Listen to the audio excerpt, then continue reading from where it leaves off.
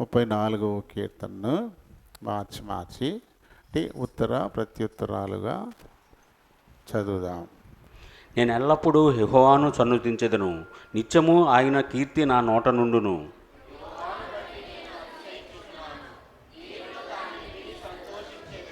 నాతో కూడి యెహోవాను గణపరచుడి, మనము ఏకముగా కూడి ఆయన నామమును గొప్ప చేయుదము.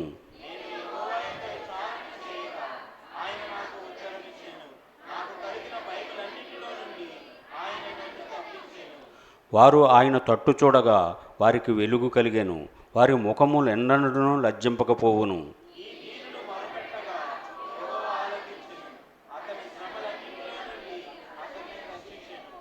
యెహోవా యందు భయభక్తులు గలవారి చుట్టూ ఆయన దూత కావలియుండి వారిని రక్షించును.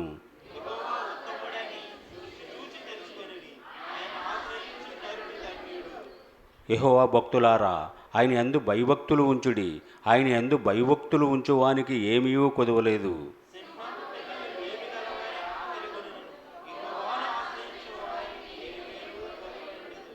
పిల్లలారా, మీరు వచ్చి నా మాట వినుడి, యెహోవా యందలి భయభక్తులు మీకు నేర్పెదను.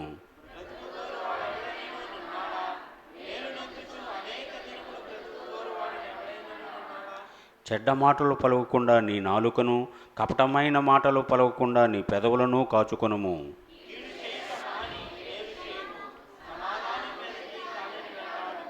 యెహోవా దృష్టి నీతిమంతుల మీదనున్నది, ఆయన చెవులు వారి మొరలకు ఒగ్గియున్నవి.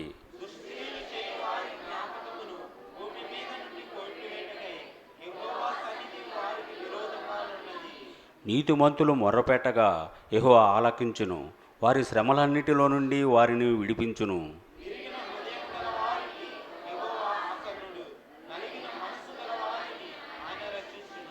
నీతిమంతుని కలుగు ఆపదలు అనేకములు, వాటి అన్నిటిలో నుండి యెహోవా వానిని విడిపించును.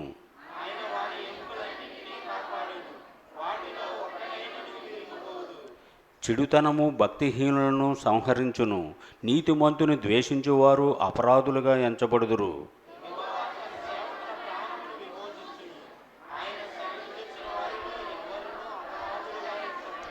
దేవుడు పరిశుద్ధ వాక్యం దీవించును గాక. ఆమేన్. ప్రభు సహాయం కొరకై చిన్న ప్రార్థన చెప్పుకుందాము.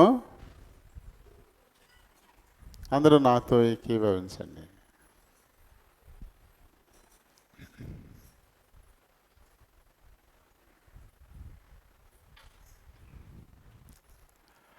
ప్రేమ కలిగిన మా ప్రియ పరలోకపు తండ్రి, కృపా సత్య సంపూర్ణుడు అయిన మా దేవ, వందనాలు, స్తోత్రాలు.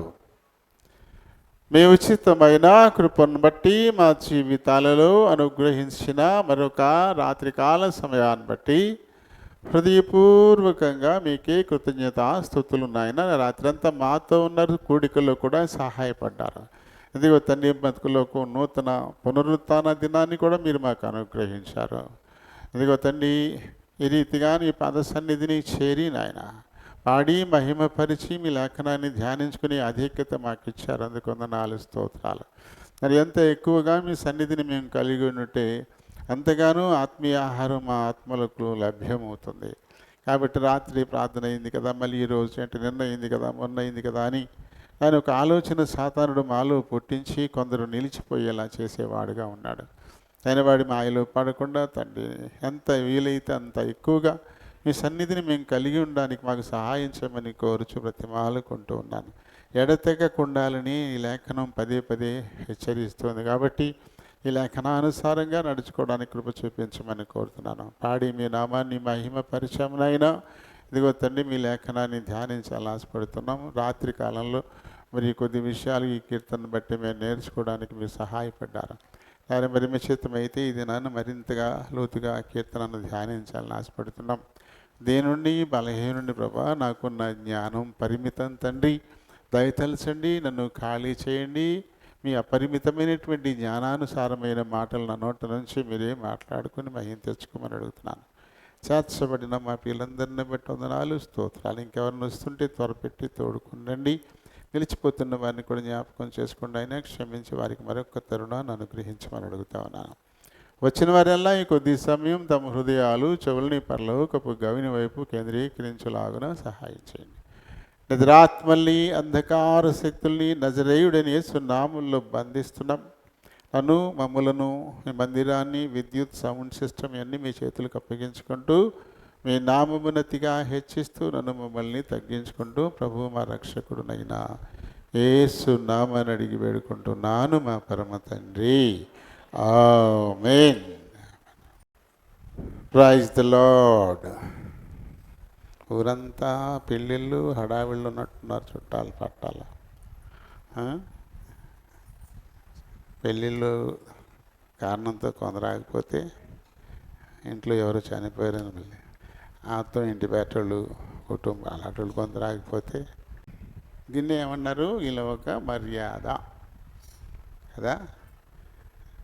మరి శరీరాన్ని పోషించకుండా ఆ ఇంట్లో వాళ్ళు పోయారు కదా అని తింటాం మానేతామా? వాళ్ళు ఎవరో పోయారు కదా బంధువులు అని చెప్పేసి ఈ శరీరాన్ని పోషించకుండా మానేస్తామా? దీనికి మట్టుకు బాగానే మంచిగా బిర్యానీ పెడతాము. మరి ఆత్మహత్య పొత్తి పెట్టేస్తాం. మరి ఇది ఎలా? దేన్ని మనం ఎక్కువగా ఆశించాలి? దేనికోసం ఎక్కువ ప్రయాసపడాలి కదా. ఎప్పుడు పుట్టేవాళ్ళు పుడుతూనే ఉంటారు, చచ్చిపోయేవాళ్ళు చచ్చిపోతూనే ఉంటారు. కాబట్టి కొంచెం బాధ, దానితోడు దుఃఖ దినాలు కొద్దిగా ఉంటాయి. అవి అయిపోయిన తర్వాత మళ్ళీ మనం మెయిన్ స్ట్రీమ్లోకి మనం వచ్చేయాలి. కానీ లోకస్తులు ఏమంటారు? అప్పుడేనో సంవత్సరం అన్న అయ్యిందా, మీ లోపల నువ్వు పోతేనో. కొంతమంది ఎటకారంగా మాట్లాడతారంటారు. నిజం కదా, వాస్తవం ఎప్పుడు ఎటకారంగానే ఉంటుంది. నిజం ఎప్పుడు కూడా ఎటకారంగానే ఉంటుంది కదా. అప్పుడైనా 3 నెలలన్న అయిందా? 3 నెలలు అయిందండి. ఈ లోపల నువ్వు వెళ్ళిపోతే ఏంటి సంగతి? నీ ఆత్మ ఎక్కడికి పోవాలా? దాన్ని ఆత్మీయంగా పోషించి నిరంతరం అది సరి చేసుకుని పరిశుద్ధుడైన దేవునికి రూపానికి పరిశుద్ధులుగా మారడానికి అవసరమైన వాక్ వినకుండా పోతే ఏమవుతుంది? ఒక పూట తిన్నట్టకపోతే నీరసం వచ్చేది, మనకి కాళ్ళు చేతులు లాగేస్తాయి, మాటలు కూడా సరిగా రావు. మరి మీరు ఆత్మకు పెట్టద్దు ఆహారం? ఆత్మ కృషించిపోదా? ప్రభు చెప్పింది, మానవుడు కేవలం రొట్టె మాత్రమే బతకడు కానీ దేవుని నోట నుండి వచ్చి ప్రతి మాట వలన జీవిస్తాడు. రొట్టె తిన్నా 70కో 75కో 80కో పోతారు. కానీ దేవుని వాక్కు దాన్ని మనం భుజించడం ద్వారా యుగయుగములు ప్రభుత్వం ఉంటాం. ఏది మనకి ముఖ్యం? వస్తువులకి గ్యారంటీ చూసుకుంటాం, మరి ఆత్మ గ్యారంటీ ఇది. దీన్ని మట్టుకు మనం పట్టించుకోం. ఆగిపోవడానికి ఏదో ఒక సాకు మనకి కనపడుతుంటుంది. అంతర్లీనంగా ఆగిపోదామనే కోరిక మనలో ఉంది. దాన్ని నెరవేర్చుకోవడానికి మనం సాకులు వెతుక్కుంటాం అంతే కదా. అది ఎప్పటికీ మంచిది కాదు. కాబట్టి నిజమైనటువంటి భయము భక్తి నేను నేర్పుతాను, నా దగ్గరికి రండి అని పిలుస్తున్నాడు కీర్తనకారుడు కదా. మనం చదివిన కీర్తనలో ఉంటుంది కదా, పిల్లలారా అని చెప్పేసి అని. మరి ఒక సహోదరి చాలా ఆశతో ఒక పాట పాడమని దగ్గరకు వచ్చి మరీ కోరారు. అక్కడి నుంచి కోరడం కాదు, పనిగట్టుకుని వచ్చి ఈ పాట పాడండి అని అడిగారు. అందుకని ఆ పాట పాడదాం. 500 కీర్తన, కొత్త పుస్తకాలు 500. నే యేసుని వెలుగులో నడిచేదను. దాని ముందర ఎడిషన్ అయితే 494, మరి పాత పుస్తకాలు అయితే 422. నేను లోకమునకు వెలుగునయ్యున్నాను, నన్ను వెంబడించువాడు చీకటిలో నడువక జీవపు వెలుగు గలవాడై ఉండును. యోహాను సువార్త 8వ అధ్యాయము 12వ వచనాన్ని బట్టి రాయబడిన కీర్తన ఇది. నే యేసుని వెలుగులో నడిచెదను, రాత్రింబగల ఆయనతో నడిచెదను అనే కీర్తన పాడదాం. అందరూ చక్కగా చప్పట్లు తెచ్చండి. వచ్చేది చోటు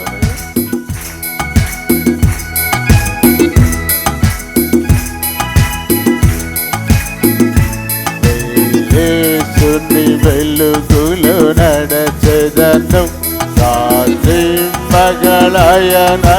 నడిచెదను, వెలుగు నడిచెదను, వెంబడించెదను యేసుడే నా రక్షకుడు.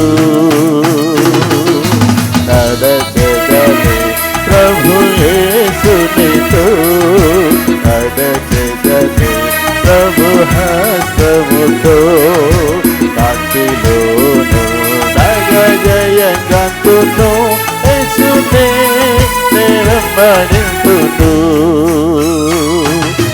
యేసుని వెలుగులో నడచెదను, గాఢంబగు చీకటిలో భయపడను, ఆత్మతో పాడుచు సాగిపోదును యేసుడే నా ప్రియుడు. నడచెదను ప్రభు యేసునితో, నడచెదను ప్రభు హస్తముతో, కాంతిలోను నగజయంగంతును యేసునే వెంబడింతును. యేసుని వెలుగులో నడచెదను, వెలుగులో ప్రభు స్వరమునే వినుచుందును, సర్వమేచెదను చెంతనుండెదను యేసుడే ప్రేమామయుడు. నడచెదను ప్రభు యేసునితో, నడచెదను ప్రభు హస్తముతో, కాంతిలోను నగజయంగంతును యేసునే వెంబడింతును. యేసుని వెలుగులో నడచెదను, దిన సహాయమునే పొందెదను, సుఖ దుఃఖమైన మరణమైన యేసుడే దయండనుడు. ప్రభు యేసునితో, నడచెదను ప్రభు హస్తముతో, కాంతిలోను నగజయంగంతును యేసునే వెంబడింతును. యేసుని వెలుగులో నడచెదను, నా దృష్టిని ప్రభుపై ఉంచెదను, ధ్వజమునే పాటి వెళ్ళెదను యేసుడే నచ్చంతనుడు. నడచెదను ప్రభు యేసునితో, నడచెదను ప్రభు హస్తముతో, కాంతిలోను నగజయంగంతును యేసునే వెంబడింతును.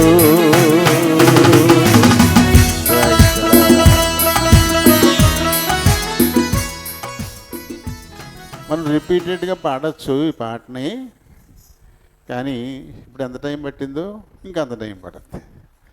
ఫ్రీగా ఉన్నప్పుడు పాడుకోవచ్చు. రెండోసారి పాడితే బాగుంటుంది పాట, రెండోసారి పాడినా ఇంకా బాగుంటుంది. ప్రతి చరణాన్ని రిపీట్ చేయొచ్చు. కానీ టైం ఎక్కువైపోద్ది కదా, ఆల్రెడీ 10-13 నిమిషాలు అయిపోయింది. టైం ఏమో మనకేమో చాలదు. సరే అండి, మరి ఈ కీర్తనను మనం రాత్రి ఒకసారి ధ్యానించాం, కొద్దిగా చూసాం. అంటే చాలా మంచి కీర్తన ఇది. ఎందుకంటే దావీదు తన అనుభవం నుంచి రాసినటువంటి కీర్తన ఇది.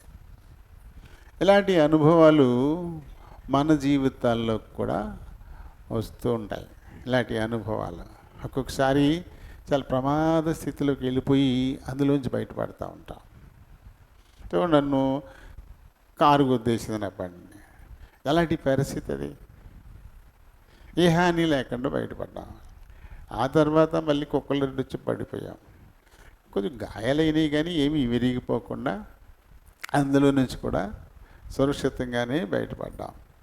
ఇలాంటి అనుభవాలు మనకు ఎదురైనప్పుడు ఖచ్చితంగా దేవుడు ఏమిటో, ఆయన కృప ఏమిటో, ఆయన మనకి చేస్తున్న సహాయం ఏంటో, ఆయన మనకిచ్చినటువంటి వాగ్దానాలు ఏంటో, ఆ వాగ్దానాల ఫలం పొందడానికి మనం తీసుకోవలసినటువంటి జాగ్రత్తలు ఏంటో, ఎందుకు దేవుడు దావీదును ఆ రీతిగా తప్పించాడు. దీని పీఠిక చూస్తే పైన దావీదు అబీమెలెకు ఎదుట వెర్రివాని వలె ప్రవర్తించి అతని చేత తోలివేయబడిన తరువాత రచించిన కీర్తన అది. అంటే ఒకసారి వీళ్ళిద్దరు కూడా అదుల్లాం గృహలో ఒక దాంట్లోకి వస్తారు. అప్పుడు దావీదుకి భయం వేసింది. ఏంటి ఎక్కడికి వెళ్తే అక్కడికి వచ్చేస్తున్నాడు, ఏకంగా ఒక గుహలోకి వచ్చేసాం ఏకంగాను, నిజంగా దొరికేసినట్టే కదా, నిజంగా ఏమైపోదునో అనేటువంటి భయం వచ్చి ఆ కంగారులో ఏం చేశాడు, ఫిలిష్తీ దేశం వెళ్ళిపోయాడు. ఆ కంగారులో ఫిలిష్తీ దేశం వెళ్ళిపోయాడు. అది మరింత ప్రమాదకరమైంది. ఫిలిస్తీయులకు దావీదు బద్ధ శత్రువు. ఫిలిస్తీయుల అండ కొండ అయినటువంటి గొల్యాతును ఈయన చంపేశాడు. దాంతో ఆ యుద్ధంలో ఫిలిస్తీయులు ఘోరంగా నష్టపోయారు. అటువంటి గొప్ప నష్టానికి కారకుడు దావీదు మాత్రమే. కాబట్టి ఫిలిస్తీయులు దావీదుని ఎప్పటికీ మర్చిపోరు. తను ఖచ్చితంగా ఒక బద్ధ శత్రువుగానే చూస్తారు. అలాంటి పరిస్థితులు అక్కడికి వెళ్ళిపోయాడు ఈయన. సమూయేలు మొదటి గ్రంథంలో 21వ అధ్యాయంలో 10వ వచనం నుంచి మనం చదువుదాం. అంతటా దావీదు సౌలునకు భయపడినందున, అంటే అదుల్లాము గుహలో ఎదురుపడిపోయారు. అంటే సౌలు చూడలేదు కానీ దావీదు చూసేశాడు. ఆ భయంతో ఆ దినానే లేచి పారిపోయి గాతు రాజైన ఆకీషునొద్దకు వచ్చెను. అంటే ఇతనికి మరొక పేరు కూడా అబీమెలెకు అనేటువంటి పేరు కూడా ఉందన్నమాట. సేవకులు ఈ దావీదు ఆ దేశపు రాజు, రాజేనంట ఆయన. వాళ్ళు రాజుని చేసేసారు ఫిలిస్తీయులు. గొల్యాతుని చంపేసరికి రాజుని చేసేసారు ఏకంగా. ఆ దేశపు రాజు కాదా, వారు నాట్యం ఆడుచు గాన ప్రతిగానములు చేయుచు సౌలు వేల కొలది అతను హతము చేసిననియు దావీదు 10,000 కొలది హతము చేసిననియు పాడినటువంటి పాటలు ఇతనిని గూర్చినవే కదా అని చెప్పేసి ఆ రాజుకి కంప్లైంట్ చేశారు. ఇది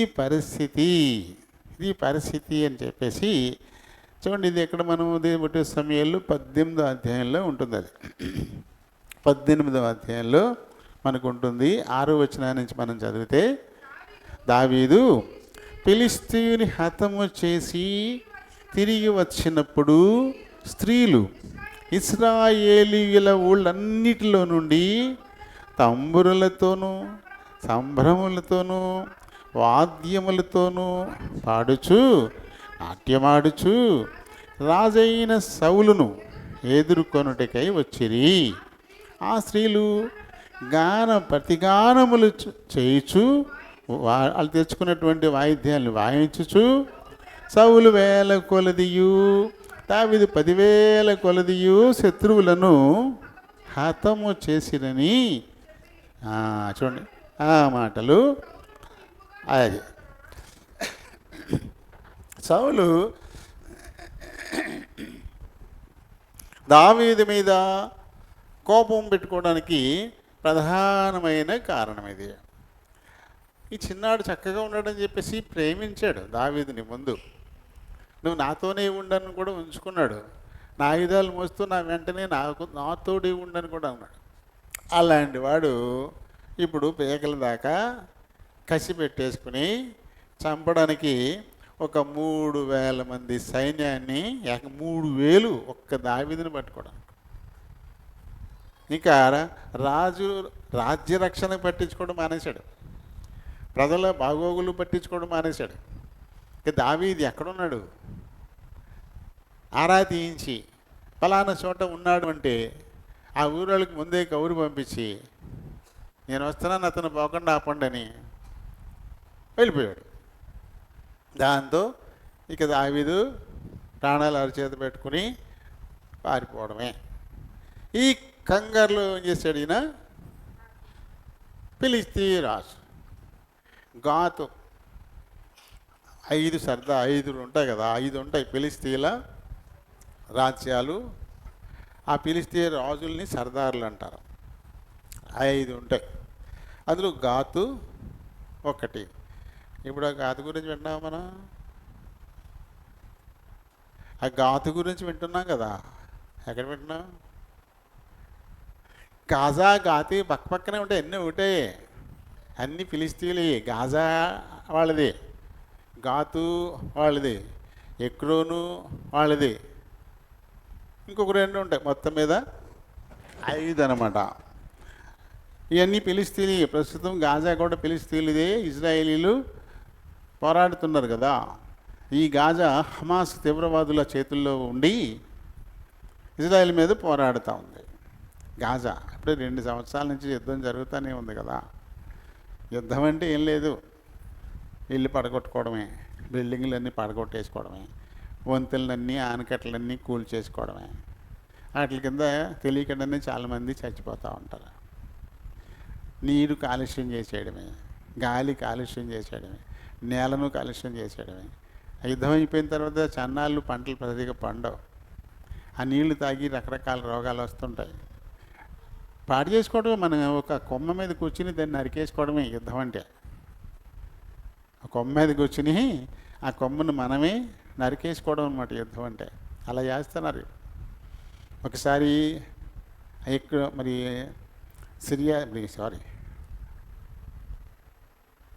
గాజా ప్రాంతం అంతా భయంకరంగా అలాగేనే ఉంది. ఉక్రెయిన్ అంతా అలాగే అయిపోయింది. అలాగే రష్యా కూడా అలాగే అయిపోయింది. అక్కడ ఇక్కడ కూడా ఇప్పుడప్పుడు టీవీలో దృశ్యాలు చూపిస్తూ ఉన్నారు. ఏం లేవు, ఆకాశ హర్మ్యాలన్నీ కూలిపోయినాయి. పాడు దెబ్బగా ఉందంతా.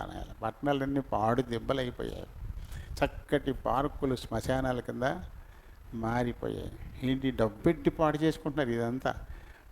ఒక్కొక్క ఆయుధం కోట్లు ఖరీదుల్లో ఉంటాయి, లక్షల కోట్లలోనే ఉంటాయి ఆయుధాలు. అది తీసుకెళ్ళిపోయి ఆ పెద్ద భవంతిని, చుట్టుపక్కల ఉన్న భవనాలని నేలమట్టం చేస్తున్నారు. అంతే జరుగుతున్నది అదే కదా. అయితే మొత్తం మీద ఈయన అక్కడికి వెళ్ళిపోయాడు. అక్కడికి వెళ్ళిపోయేసరికి వీళ్ళందరూ ఈ రకంగా మాట్లాడితే, బహుశా లోపల ఎంతసేపు అది ప్రార్థన ఉంటుంది కదా. ఏంటి ఇది ఏంటో చూడండి, పొయ్యి మీద నుంచి పొయ్యిలో, ఏంటి పెనం మీద నుంచి పొయ్యిలో పడతామంటారు, సామెత ఉంది కదా. పెనం మీద నుంచి పొయ్యిలో పడిపోయారు అంటారు. అలాగే దావీదు నుంచి తప్పించుకుంటానికి వచ్చి దావీదుకు బద్ధశత్రువులైనటువంటి ఫిలిష్తీయుల దగ్గరికి వెళ్ళిపోయి ఏకంగా రాజు ఆస్థానంలోకి వెళ్ళిపోయాడు. ఆ చివరి ఎక్కడో ఉండడం కాదు, రాజు ఉండే చోట అక్కడికి వెళ్ళిపోయాడు ఏకంగా. అంటే తలకాయ పెట్టేసాడు, పులి నోట్లో తలకాయ పెట్టేశాడు. ఆ భయంలో, ఆ కంగారులో ఏం చేస్తున్నాడో తనకే తెలియకుండా, ఎక్కడికి పోతున్నాడో తనకే తెలియకుండా ఆయన వెళ్ళిపోయాడు. అక్కడికి వెళ్ళిపోయిన తర్వాత వీళ్ళు ఇలాంటి మాటలు మాట్లాడేసరికి అప్పుడు తెలివి వచ్చింది. ఓరు బాబోయ్, ఇక్కడికి వచ్చి పడ్డానని చెప్పి ఏం చేశాడు ఆయన, 6వ వచనంలో మనకు ఉంటుంది, ఈ దీనుడు మొర్రపెట్టగా, 34వ కీర్తన 6వ వచనంలో ఉంటుంది. అప్పుడు మొరపెట్టాడు. అక్కడేదో సౌలు నన్ను ఏదో చేస్తాడని చెప్పేసి భయపడిపోయి, ఆ భయంలో నేను ఎక్కడికి పోతున్నానో కూడా నాకే తెలియకుండా నన్ను పట్టి ప్రాణం తీయడానికి కాసుకొచ్చున్న ఈ ఫిలిస్తీన్ల దగ్గరికి వచ్చేసిండు ఆయన అంటూ అక్కడ ఆయన మొరపెట్టేసరికి ఆయన ఒక ఉపాయం ఇచ్చాడు. అదే విశ్వాసులకి, నీతిమంతులకి ఉన్నటువంటి ఒక భరోసా. అపాయములో నుండను ఉపాయము లేని వారము పక్కము. దావీదు అక్కడ అపాయంలో ఉన్నాడు, కానీ ఉపాయం లేనివాడు కాదు. వెంటనే దేవుడు ఒక ఉపాయం ఇచ్చాడు తప్పించుకొని వెళ్ళిపోతాకి. అప్పుడు ఏం చేశాడు, ఇక సొల్లుగా ఆరుతూ మొదలెట్టాడు. సొల్లుగా ఆరుతుంది. ఆ తర్వాత ఏం చేశాడు, ఎర్రేరు చూపులు చూస్తా ఆ గోడ కాడికి వెళ్ళి ఇలా గీత్తా, ఎవడో దొరికితే వాడిని ఏదో చేస్తా ఇలా చేస్తా మొదలెట్టాడు. ఎవరు చేస్తారు అలా? మతి స్థిమితం లేని వాళ్ళు అలాంటి పనులు చేస్తారు. రాజు సముఖంలోకి అడుక్కునేవాళ్ళు కానీ, సరైన వస్త్రాలు లేనటువంటి వాళ్ళు కానీ, పిచ్చోళ్ళు కానీ ఎవరు రాజు సముఖంలోకి అస్సలు రాకూడదు. అది ఆజ్ఞది. చూడండి, మనం ఎస్తేర్ చదువుతున్నప్పుడు ఇజ్రాయేల్ యూదుల మీదకి వచ్చేటువంటి ఆ విపత్తును గుర్తెరిగిన వాడే మొర్దెకై గోని పట్ట కట్టుకుని తల మీద ధూళి పోసుకొని ఆ ఎదురుగుండా కూర్చుంటాడు. అప్పుడు ఎస్తేరు చూసిందై కబురు పంపిస్తుంది. ఎందుకంటే రాజు గుమ్మానికి ఎదురుగుండా అలా ఎవరు వండకూడదు. ఉంటే తీసిపోయి తలదీసేయమంటాడు. అంత ప్రమాదం అన్నమాట, అంత ప్రమాదం. దాంతో అయితే ఈయన ఏం చేశాడు, ఆ పిచ్చోడిని నా దగ్గరికి తీసుకొచ్చాడా, తీసుకోండి అన్నాడు తప్ప, అవును కదా ఇతను దావీదే కదా, మా బలమైనటువంటి మా బలం గొలియాత్, అతన్ని చంపినోడు ఇతనే కదా అనుకోలేదు అతను. అలాంటి ఒక మబ్బు దేవుడు అతనికి కల్పించాడు. వాళ్ళ మాటను గట్టిగా పెట్టించుకుని అవునంటవా ఇతడేనా అని పరిశీలిద్దామని అనుకోలేదు. దేవుడే అలాంటి ఒక మబ్బు కమ్మించాడు. అదే ఉపాయం. అన్నీ తన మనుషులే అక్కడి నుంచి తీసుకొచ్చి బయటికి గెంటేశారు, బయటకు వదిలేశారు. అమ్మయ్య బతికానరా బాబు అంటూ ఆయన బయటకప్పుడు వచ్చేసినటువంటి సందర్భం దాన్ని జ్ఞాపకం చేసుకొని ఈ కీర్తనను రాసినటువంటి వాడు. ఆ తర్వాత నా శత్రువులు ఏంటో నాకు భోజనం సిద్ధపరిచామని ఇంకో కీర్తన రాస్తారు కదా. ఏం కీర్తన అది? 23వ కీర్తన. యెహోవా నా కాపరి నాకు లేమి కలదు, నా శత్రువులు ఏంటో నాకు భోజనం సిద్ధం చేశావు. అది కూడా ఇలాంటి సందర్భమే. ఇతను ఆకీష్ దగ్గరికి వెళ్తాడు, అది ఫిలిష్తీయ సర్దారే. మళ్ళీ అక్కడికే రెండోసారి మళ్ళీ అక్కడికే వెళ్తాడు.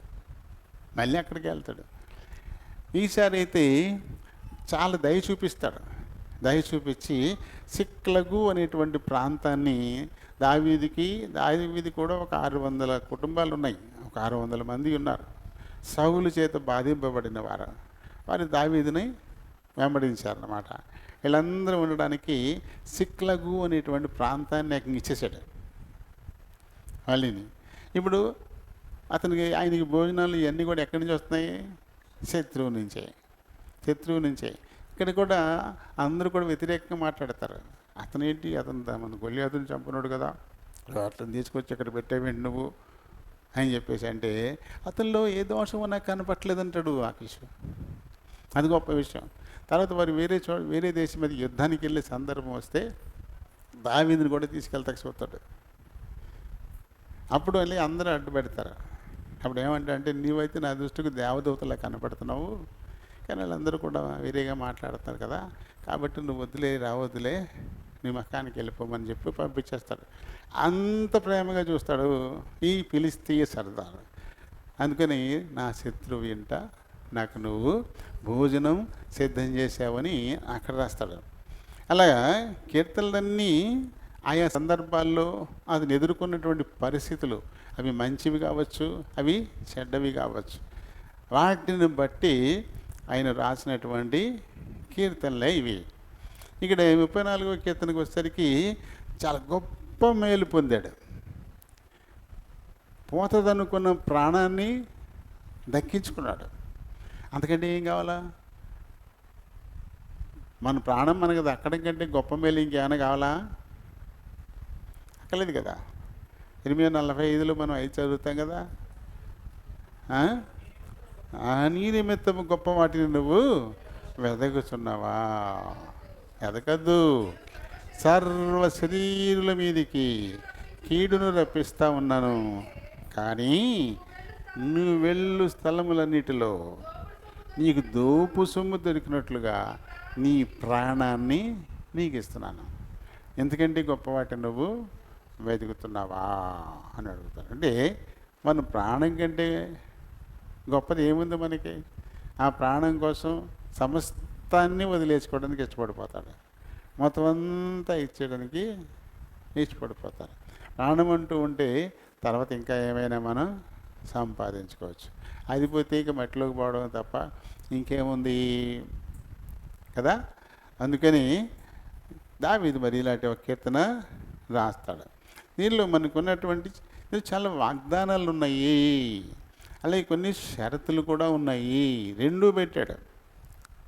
ఎందుకంటే హక్కులు బాధ్యతలు మన రాజ్యాంగంలో రెండూ ఉంటాయి మనకి. Rights and duties. డ్యూటీస్ లేకపోతే రైట్స్ లేవు. నీ రైట్స్ కావాలంటే నీ డ్యూటీ నువ్వు చేయాలి కరెక్ట్గా, తప్పకుండా. నీ హక్కు నీకు కావాలి అంటే నీ బాధ్యత నువ్వు సక్రమంగా నిర్వర్తించాలి. అలాగే ఇక్కడ దేవుని వాగ్దానాన్ని మనం పొందాలంటే కొన్ని షరతులు ఉన్నాయి. ఈ షరతులను మనం చక్కగా పాటించకపోతే దేవుడు ఏదైతే వాగ్దానం చేశాడో ఆ మేలును కూడా మనం పొందలేము. మనకు వాగ్దానాలంటే ఇష్టం, ఆయనకి కావాలి. బహుమానాలంటే ఇష్టం, అవి మనకి కావాలి. కానీ అందుకు సంబంధించినటువంటి ఏమి చేయమంటే, కానీ ప్రభుత్వం ఏదో ఒక పథకాన్ని ప్రవేశపెడుతుంది. ఈ పథకం ఏది ప్రతివానికి ఒక 50,000 ఇద్దామనుకుంటున్నాను సంవత్సరానికి అని ప్రభుత్వం ప్రకటించింది అనుకోండి. దానికి అప్లై చేసుకోమంటుంది. అప్లై చేసేటప్పుడు అందులో కొన్ని షరతులు ఉంటాయి, అవి సర్టిఫికెట్ల రూపంలో ఉంటాయి. ఈ అప్లికేషన్తో పాటుగా నీ కులం సర్టిఫికెట్ పెట్టు, నీకు ఏం ఆస్తుందో ఆ సర్టిఫికెట్ పెట్టు, మీ ఆయన ఏం పని చేయట్లేదని సర్టిఫికెట్ పెట్టు, లేదా నీ భార్య ఏం పని చేయట్లేదు సర్టిఫికెట్ పెట్టు, నీ పుట్టిన ఆ డేటు సర్టిఫికెట్ పెట్టు. ఇలా ఇలా ఉంటాయి కొన్ని. కానీ ఈ సర్టిఫికెట్లు తెచ్చుకోవడం తేలిక. ఎంత తిట్టుకుంటామో. అసలు నువ్వు అప్లికేషన్ జోలికి వెళ్ళకపోతే ఏ గొడవ లేదు కదా.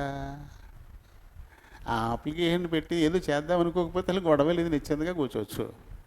నువ్వు అది కావాలి నీకు. కానీ దానికి సంబంధించినటువంటి దరఖాస్తు, దానికి సంబంధించిన ఎంక్లోజర్స్ నువ్వు పెట్టమంటే తిట్లు. ఎవడో నెలమన్నాడు, ఎవడు తిట్టమన్నాడు. అది నీకు కావాలంటే ఖచ్చితంగా ఇవన్నీ పెట్టాలి. నువ్వు వద్దనుకుంటే మేలకుండా ఊరుకో, ఇటు ఊరుకోము, అవన్నీ తెచ్చిపెట్టాము. ఇలాంటి ఇబ్బందులు కదా. అలాగే నీకు మేలు కావాలా, మేలు కావాల్సి వచ్చినప్పుడు నువ్వు ఎలా ఉండాలో ఆయన చెప్తున్నాడు, అలా ఉండు. నాకేం మేలు ఎక్కలేదంటే నీ ఇష్టానికి నువ్వు ఉండు. ఎవడు కాదన్నారు?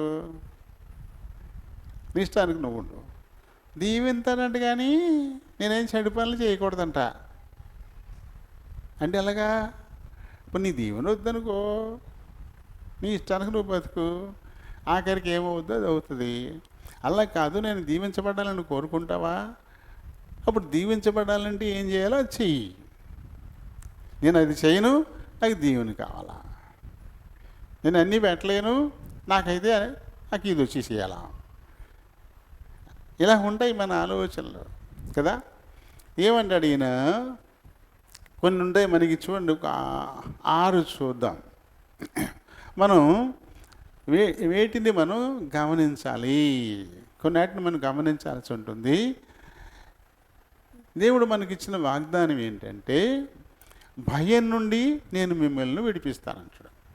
భయం నుండి నేను మిమ్మల్ని విడిపిస్తాను, అది 4వ వచనం. అలాగే కష్టం నుండి నేను నిన్ను రక్షిస్తాను, 6, 7 వచనాలు. అలాగే మన చుట్టూ కావలి ఉండుటకు తన దూతలకు ఆజ్ఞాపిస్తాడు, అది 7వ వచనం. మన అవసరాలు తీరుస్తానంటున్నాడు, ఇది 9వ వచనం. సమృద్ధి జీవం ఇస్తానంటాడు, ఇది 12వ వచనం. మన ప్రార్థనలు వింటాను అంటాడు, అది 15వ వచనం. తన సన్నిధిలో మనలను ఓదారుస్తాను అంటాడు, ఇది 18వ వచనం. మన ఆత్మలను విమోచిస్తాను అంటాడు, ఇది 22వ వచనం.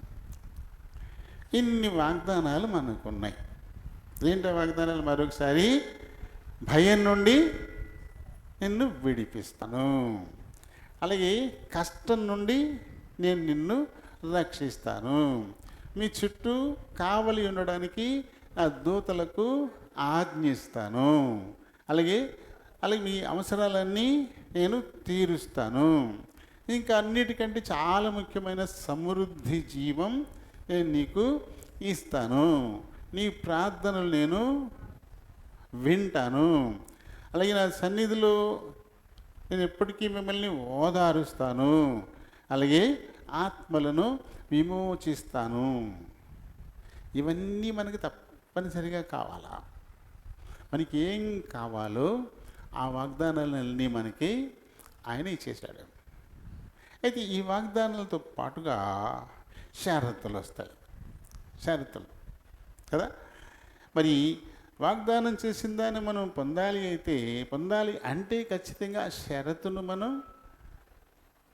ఫుల్ఫిల్ చేయాలి, దాన్ని పాటించాలి, షరతులను పట్టించుకోవాలి. ఆ ప్రకారంగా మనం ఉండాల్సిన అవసరత ఉంటుంది. అంటే దేవుడు వాగ్దానం చేస్తున్నాడు. 9వ వచనం చదువునానా?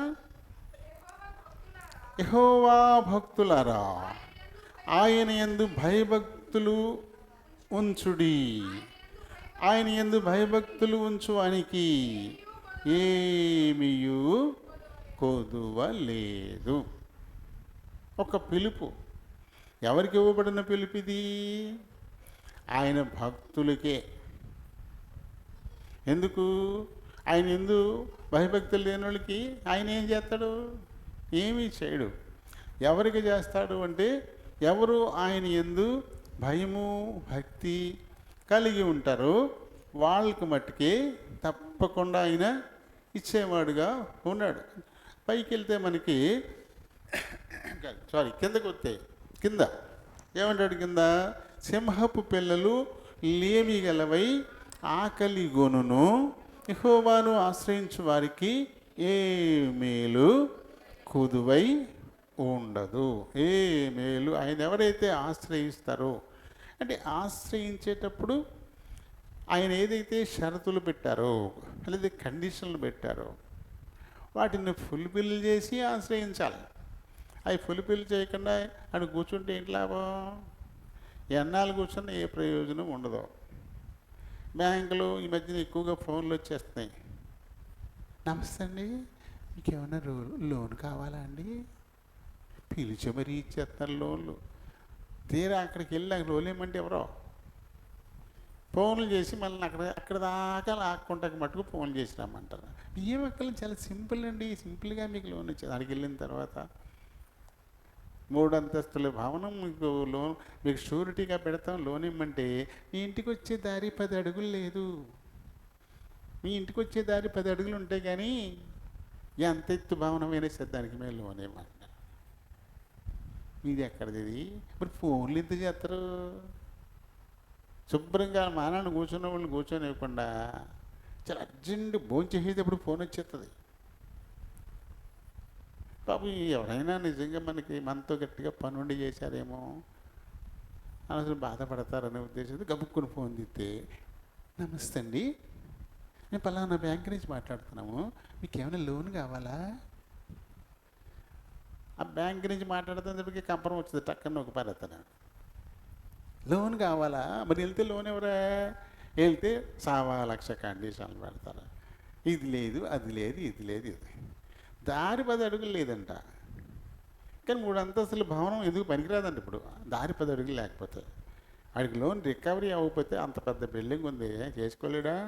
దానికి వెళ్తాకి 10 అడుగులు దారి లేదంటే లోన్ ఇవ్వడంట. మరి ఇంకెవడికి ఇస్తాడు? మెయిన్ రోడ్డు మీద పక్కన పెద్దగా బిల్డింగ్ కట్టుకునేవాడికి వీడి దగ్గరికి వెళ్ళి డబ్బులు తెచ్చుకోవాడు, కోటీశ్వరుడు అవుతాడు. వీళ్ళ దగ్గరికి వెళ్ళాలా? ఎగ్గొట్టేసే వాళ్ళకి 1,000 కోట్లు ఇచ్చేస్తారు. అవన్నీ మళ్ళీ పక్క వాళ్ళు మన దగ్గర వసూలు చేస్తారు. సర్వీస్ ఛార్జెస్ అంటూ ₹1, ₹1 మనం పట్టించుకోవట్లని. 50 కోట్ల అకౌంట్లు ఉన్నాయనుకోండి, 50 కోట్ల అకౌంట్లు ఉన్నాయి. ₹10 తీస్తే ఎంత అవుద్ది? రூపాయి తీస్తే ఎంత అవుతుంది? 25 కోట్ల రూపాయలు అవుతుంది. 25 కోట్ల రూపాయలు అవుతుంది. మనకు ఆనమయ్యి రూపాయి కదా, ఎందుకు కట్ అయిందో మనకు తెలియదు. రూపాయే కదా. 2 సర్వీస్ ఛార్జెస్ ఉంటాయండి. రూపాయి కట్ చేస్తే 50 కోట్లు ఏకంగా. అలాగే సంవత్సరంలో 3-4 సార్లు చేస్తే ఎన్ని డబ్బులు వచ్చేస్తాయి? వాళ్ళు పని చేసుకుని మక్కోళ్ళు మన దగ్గర మాత్రం ఇలాగా వాళ్ళు కట్ చేసేస్తూ ఉంటారు. మనం అవసరం వచ్చి లోనికి వెళ్తేనే నా తిప్పలు పెడతారు, ఇక్కడికి అక్కడికి.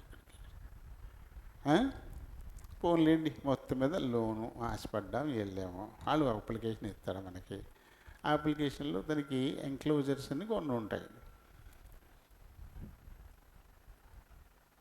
ఆ చెక్ లిస్ట్ చూసుకోవాలి, ఏమేమి పెట్టమన్నాడు అవన్నీ మనం తెచ్చుకోవాలి. కష్టమైన నష్టమైన ఎంత దూరమైన ప్రయాసపడి వాటిని తెచ్చుకుని పెట్టాల్సిందే. పెట్టకపోతే లోన్ ఎవరు పట్టుకెళ్ళాము. అమ్మ ఇది 2-3 ఇలేవేంటి ఈ పట్టురమ్మన్నాడు అనుకోండి. అవి తేకుండా నువ్వు పొద్దున్న వెళ్ళి సాయంత్రం దాకా రోజు ఆ బ్యాంక్ కాడికి కూర్చుంటే ఏం ప్రయోజనం నీకు? ఏం ప్రయోజనం ఉందా? పొద్దున్న వెళ్ళిపోయి కూర్చున్నాయి అక్కడ, సాయంకాలం దాకా అక్కడే కూర్చున్నాం. అది తెమ్మన్నా 2 లేవు, అందులో అన్నీ ఉన్నాయి. అప్లికేషన్ ఉంది, చాలా ఉన్నాయి, అవసరమైన ఒక 2 లేవు. అది తెమ్మని చెప్పాడు. అవి నువ్వు తెచ్చుకోకుండా నువ్వు రోజు పొద్దున అక్కడికి వెళ్ళి కూర్చొని సాయంకాలం ఇంటికి వస్తూ ఉంటేనే నీకేమన్నా లాభం ఉందా?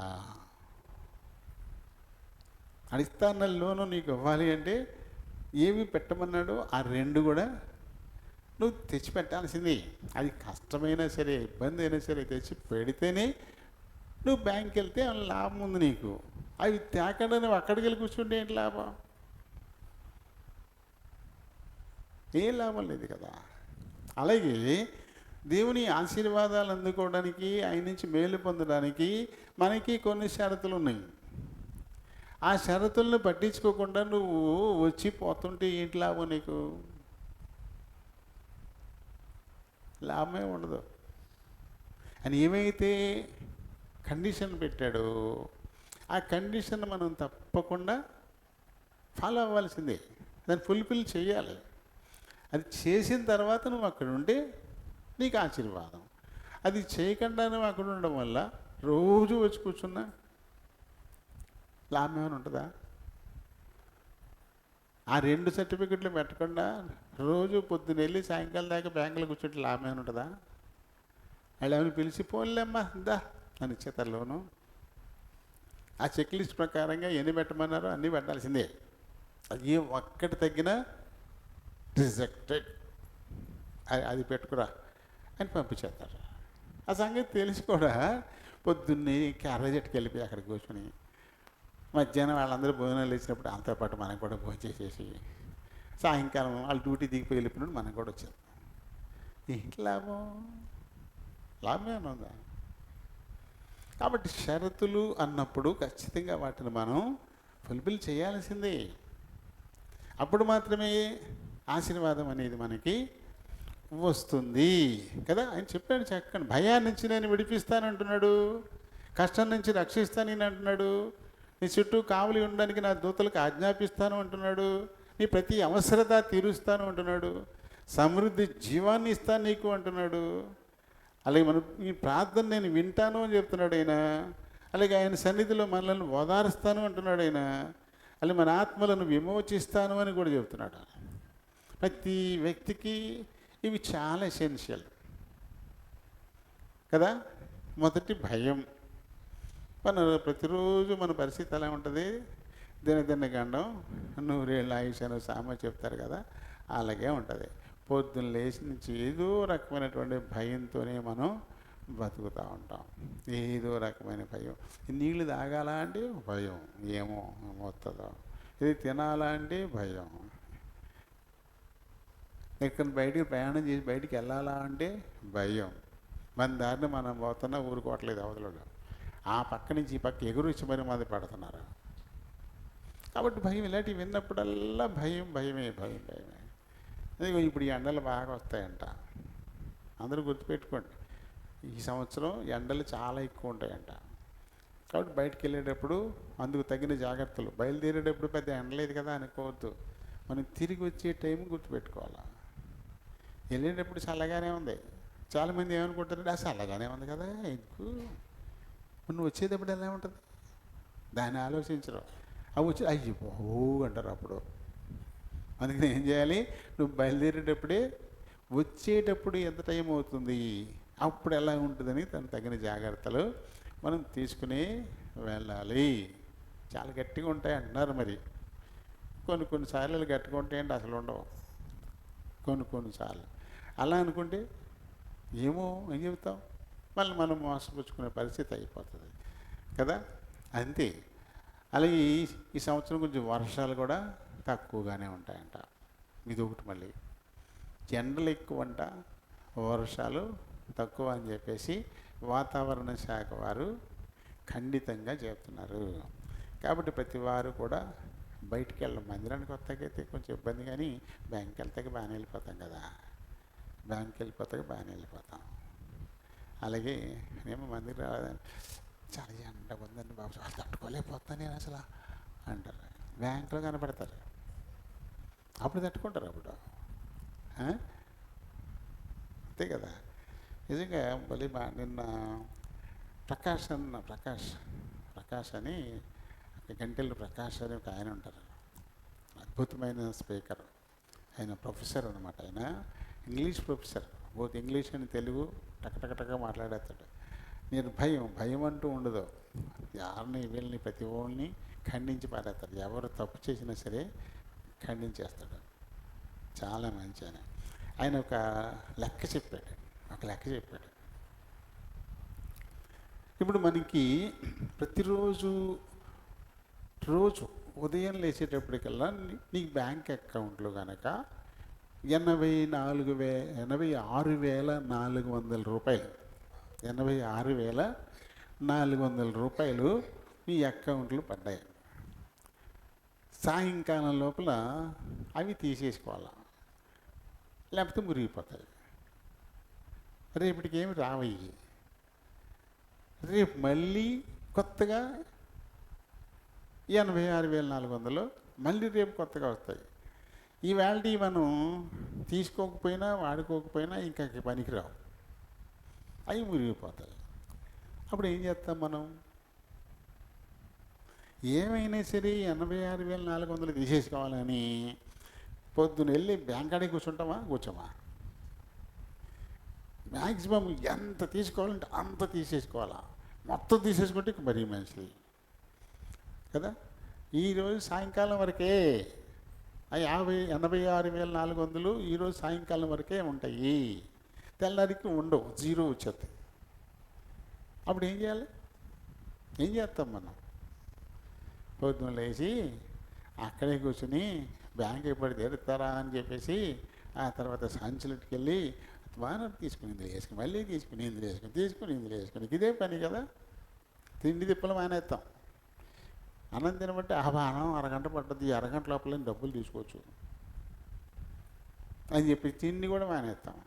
అక్కడ పడి కూర్చుంటాం కదా. అవునా కదా? ఎవరిని వదిలేసే వాళ్ళు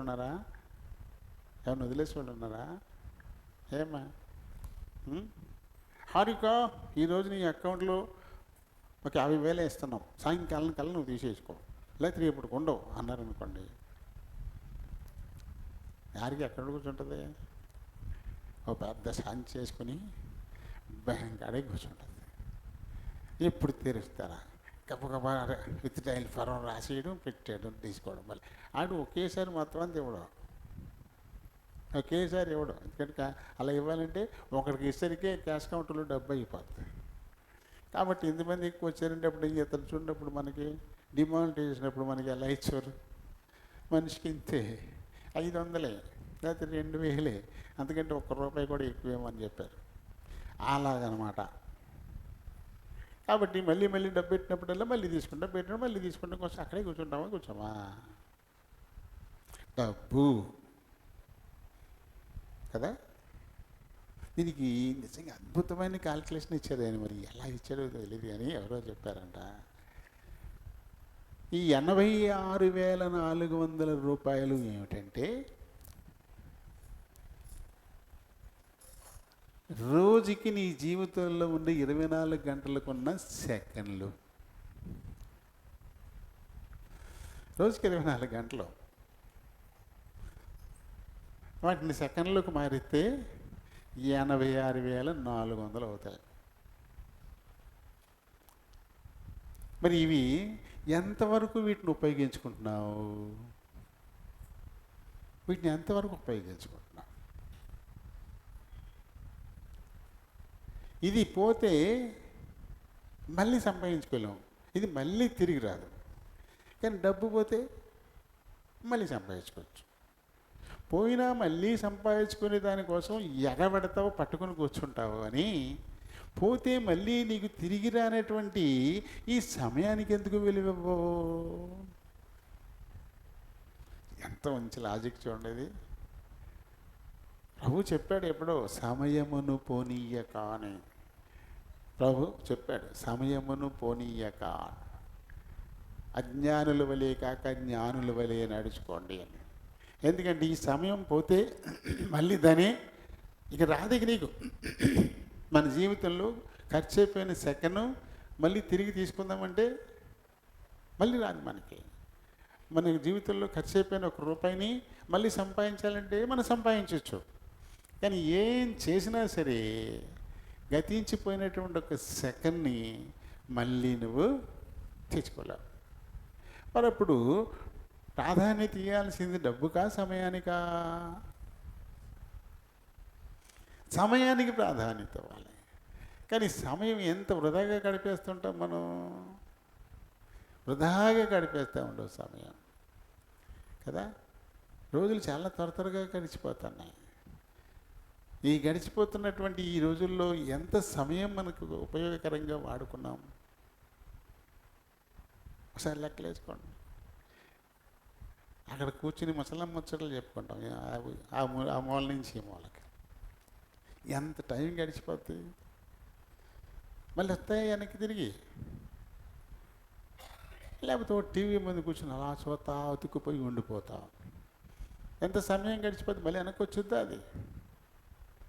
లేకపోతే చల్లించుకుని కూర్చొని అలాగా. ఇది ఎంత బాగా వ్యసనం అయిపోతుందంటే రాత్రులు దుప్పటి మూసుకెట్టుకుని కూడా లోపల చూస్తారు పడుకుని. బయట ఎట్టేసుకొస్తే ఎవరైనా చూసి లేదు ఏంటే చాలా అంటారని మూసిగేసుకుని లోపల చూస్తున్నారు. పెద్దోళ్ళు కూడా, పిల్లలు కాదు, పెద్దోళ్ళు కూడా. అంటే ఈ సెల్ అలా ఏదో అంటారు, ఏ దెయ్యం ఇది, గజనీ దెయ్యమా, ఏదో దెయ్యం పట్టేసుకుని వదిలిపెట్టదంటారు, లంబాడి దెయ్యమా. అలాంటి దెయ్యం కంటే ఎక్కువైపోయింది ఇది, ఎక్కువైపోయింది కదా. ఎంత టైం వృధా అయిపోతుంది ఈ సీరియల్ పేరు చెప్పి, ఈ సెల్ ఫోన్ల పేరు చెప్పి, లేదా ముసలమ్మ ముచ్చట్లు వాటి పేరు చెప్పి. దేవుడు మనకి ఇచ్చినటువంటి ఒక రోజుకు వచ్చి 86,400 సెకండ్లు మీకు ఇస్తుంటే ఇందులో కనీసం 400 సెకండ్లైనా ఉపయోగించుకుంటున్నామా? పడుకుని నిద్రపోయే టైం నీది కాదు, అది తప్పదు, అది అలా చేయాల్సిందే. తినడానికి వాడుకునే టైం కూడా అది కూడా తప్పదు, అది లేకపోతే మనం బతికే ఉన్నాం. కాబట్టి అవి తీసేసి మిగతాయి పనికొచ్చేటువంటి పని కోసం ఎంతవరకు ఈ సమయాన్ని మనం వాడుకుంటున్నాము, డ్రా చేసుకుని ఉపయోగించుకుంటున్నాం. మురిగిపోతుంది కదా, తెల్లారికి మళ్ళీ రాదు ఇది. రేపు 86,400 సెకండ్లు మళ్ళీ క్రెడిట్ అవుతాయి నీ అకౌంట్లో, నీ జీవితపు ఖాతాలో. ఈవేళ మొత్తం మురిగిపోయినట్టే, ఇంకా అవి నీవు కాదు. మరి వాటి గురించి ఆలోచించామా కదా. నిన్నది వింటే ఇది భలే మంచి లాజిక్ కదా అనేసి చాలా చక్కగా మంచి లాజిక్ తీసుకొచ్చి. నిజమేది, దీని గురించి మనం అసలు ఆలోచించాం. ఊరికి వృధాగా గడిచి వెళ్ళిపోతుంటాయి, టైం వృధాగా వెళ్ళిపోతూ ఉంటాయి.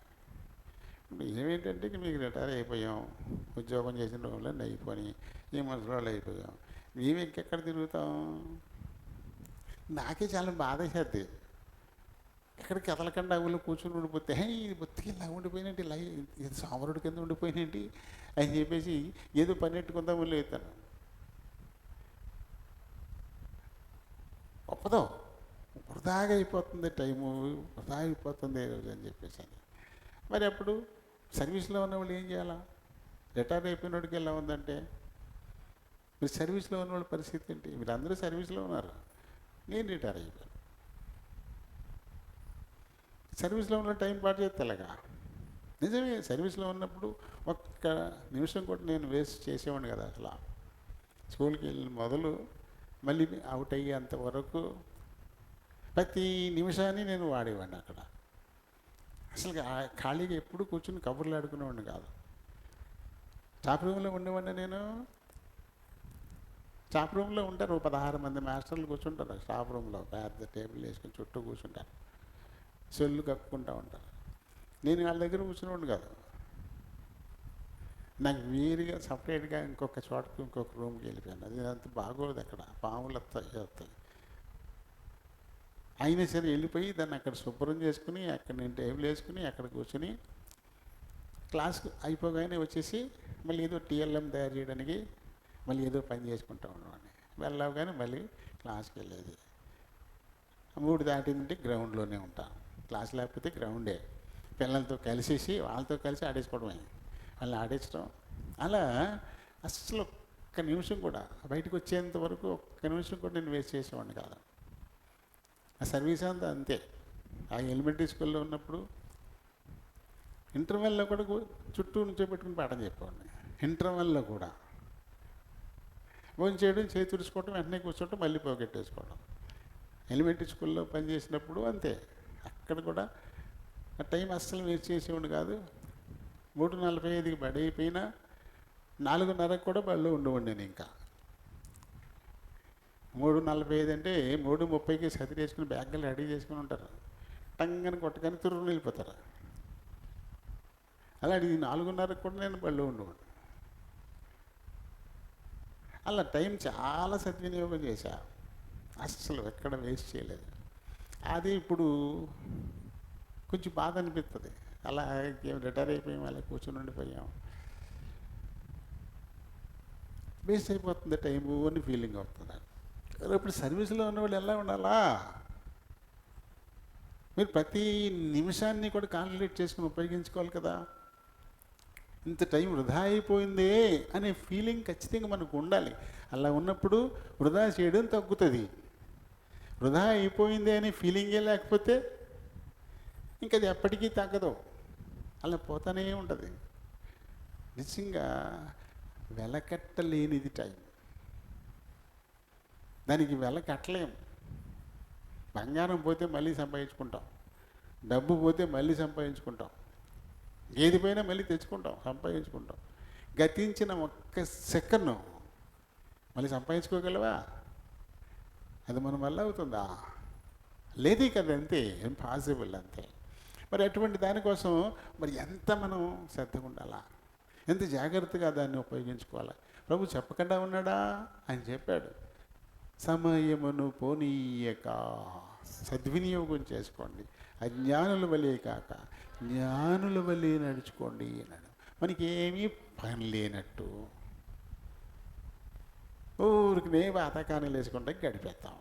ఇంట్లో కొంతమంది ఉన్నారు చూడండి, ఇంట్లో తింటారు, వచ్చేసి రోడ్డు మీదకి వచ్చేసి ఏ పాకలోనో ఏ చెట్టు కింద ఈ అరుగు దగ్గర కూర్చుని చుట్టపీకలు పీక్కుంటా అని కూసుకుంటా చోళ్ళు కవులు చెప్పుకుంటూ గడిపేసి మళ్ళీ టీ టైం అయ్యేసరికల్లా మళ్ళీ వచ్చేసి ఒక టీ చొక్క తాగేసి మళ్ళీ వెళ్ళిపోయి మళ్ళీ అక్కడే కూర్చుని ఎక్కడ వదిలిపెట్టారో మళ్ళీ అక్కడ కంటిన్యూ చేసి మళ్ళీ భోజనం టైంకి వస్తారు. భోజనం టైంకి వచ్చి భోజనం చేసి మళ్ళీ పిక్కుని పోయి మళ్ళీ ఏ బెంచి ఇక్కడ దోమలు కుట్టేస్తాను సరే ఇలా కొట్టుకుంటా అక్కడే కూర్చుని 11ంటికో ఎప్పుడో వచ్చి పడుకుంటారు. నిజంగా ఎంత సమయం వృధా చేస్తున్నారు, ఎంత సమయం వృధా అయిపోతుంది వాళ్ళ జీవితాల్లో. వాళ్ళు వృధా చేసేదే కాకుండా ఇది ఒక వారసత్వం చేసేస్తున్నారు. ఈయన అయిపోయిన తర్వాత ఈ పిల్లలు బయలుదేరుతారు, వాళ్ళు అది సీను. ఏం నేర్పుతున్నావు నీ పిల్లలు? నువ్వు నేను చదువుతున్నారు కదా, నువ్వేం చేస్తున్నావు? ఓహో, నాన్న ఇలా చేస్తాను, నేను ఇలాగే చేయాలా? నువ్వు పాడు చేసేది కాకుండా నీ కడుపును పుట్టిన బిడ్డలను కూడా నువ్వు పాడు చేస్తున్నావు. నువ్వే గురువు నీ బిడ్డకి, మొదటి గురువు నువ్వే. నీ దగ్గరే ప్రతీదీ నేర్చుకుంటారు వాళ్ళు. నిలబడ్డం నీ దగ్గరే నేర్చుకుంటారు, ఈ చెయ్యి ఊపుతూ నీ దగ్గరే నేర్చుకుంటారు, మెల్లెళ్ళబెట్టడం నీ దగ్గరే నేర్చుకుంటారు, మాట్లాడడం నీ దగ్గరే నేర్చుకుంటారు. నిన్ను చూసి ముమ్మూర్తులా నీకులాగా మారిపోతారు. అంతే. మేనరిజం ఊరికనే వస్తుందా? దానికి అదే ఏం రాదు. కళ్ళు తెరిచిన కాడి నుంచి నువ్వు ఎవరిని చూస్తున్నావో అన్నీ వాళ్ళు అవుతావు. అంతే. ఆ మేనరిజం వచ్చేస్తుంది. తను నాన్న ఎలా ఉంటాడో అలాగే, అలానే ఎలా నడుస్తాడో అలాగే, ఎలా నిల్చుంటాడో అలాగే, ఎలా మాట్లాడతాడో అలాగే, ఏం చేస్తుంటాడో అలానే, ప్రతీది కూడా ఇలాగే చెయ్యాలి కాబోలు అనుకుంటాడు. అంతే. అలా నువ్వు చెడింది కాకుండా ముమ్మూర్తుల నీ బిడ్డను కూడా నీళ్ళని తయారు చేసేసి వారు కూడా సమయానికి విలువ ఇవ్వకుండా దాన్ని కిల్ చేసేస్తా ఉన్నారు. అంతే కదా. దేవుడిచ్చిన వాగ్దానాలను ఫుల్ఫిల్ చేయడానికి ఉపయోగించిన ఈ సమయాన్ని, అప్పుడు ఆశీర్వాదం వచ్చేది. ఆయన చెప్పాడు, ఈ వాగ్దానాన్ని నువ్వు పొందాలి అంటే ఈ షరతులు నువ్వు ఖచ్చితంగా ఫుల్ఫిల్ చేయాలా. నేను నీకు ఇచ్చేస్తాను. ఎదురుకుండా పెట్టాడు ఆయన, ఈ పని చెయ్యి, ఇది తీసుకో అన్నాడు. ఎదురుకుండా పెట్టేశాడు. ఇదిగో ఇది నీదే, నువ్వు ఈ పని చేయి, ఇది నీదే. అది నాకు కావాలి కానీ నీ పని నేను చేయను, అది నాకు కావాలి కానీ ఈ పని నేను చేయను. నువ్వు ఎలా? మనమేనే తెలివైనడు. అమ్మ నువ్వు చేస్తే కానీ నేను అంటాడు ఆయన. అంతే. ఆయన చేతుల నుంచి మనం బలవంతంగా లాక్కోగలమా? ఆయన ఇవ్వకపోతే ఖచ్చితంగా లాక్కోలేము. అది నువ్వు సంపాదించుకోవాలండి, ఆయన చెప్పింది నువ్వు చేసే తీరాలి కదా. చూడండి, మరి మనం చదువుతున్నాం, ఆయనకు మొర్ర పెట్టినప్పుడు ఆయన ఖచ్చితంగా వినేటువంటి వాడుగానే ఉన్నాడు. అదే మన ప్రార్థనలు ఆయన వింటానని చెప్పాడు కదా. ప్రార్థనలు వింటాను నేను. 15వ వచనం, యెహోవా దృష్టి నీతిమంతుల మీద ఉన్నది, ఆయన చెవులు వారి మొరలకు ఒగ్గి ఉన్నాయి. మనం మలాకి 3:16 దగ్గర కూడా చదువుతాం కదా. మలాకి 3:16, అప్పుడు యెహోవా యందు భయభక్తులు గలవారు ఒకరితో ఒకరు మాట్లాడుకొనుచుండగా యెహోవా చెవియొగ్గి ఆలకించి. చూడు, ఎవరెళ్ళు? ఆయన యందు భయభక్తులు గలవాళ్లే. వాళ్ళే మాట్లాడుకుంటున్నారు, అవి చెవియొగ్గి వింటాడంట. భయభక్తులు, అది ముఖ్యం. భయభక్తులు లేని వారి కాదు, ఎవరు ఆయన యందు భయభక్తులు కలిగి ఉంటారు. అలా ఎవరు నీతిమంతులై ఉండి ప్రార్థన చేస్తారు, వాళ్ళు మనవి ఆయన చెవుగ్గి వినేవాడుగా ఉన్నాడు కదా. అయితే 145వ కీర్తన చూద్దాం.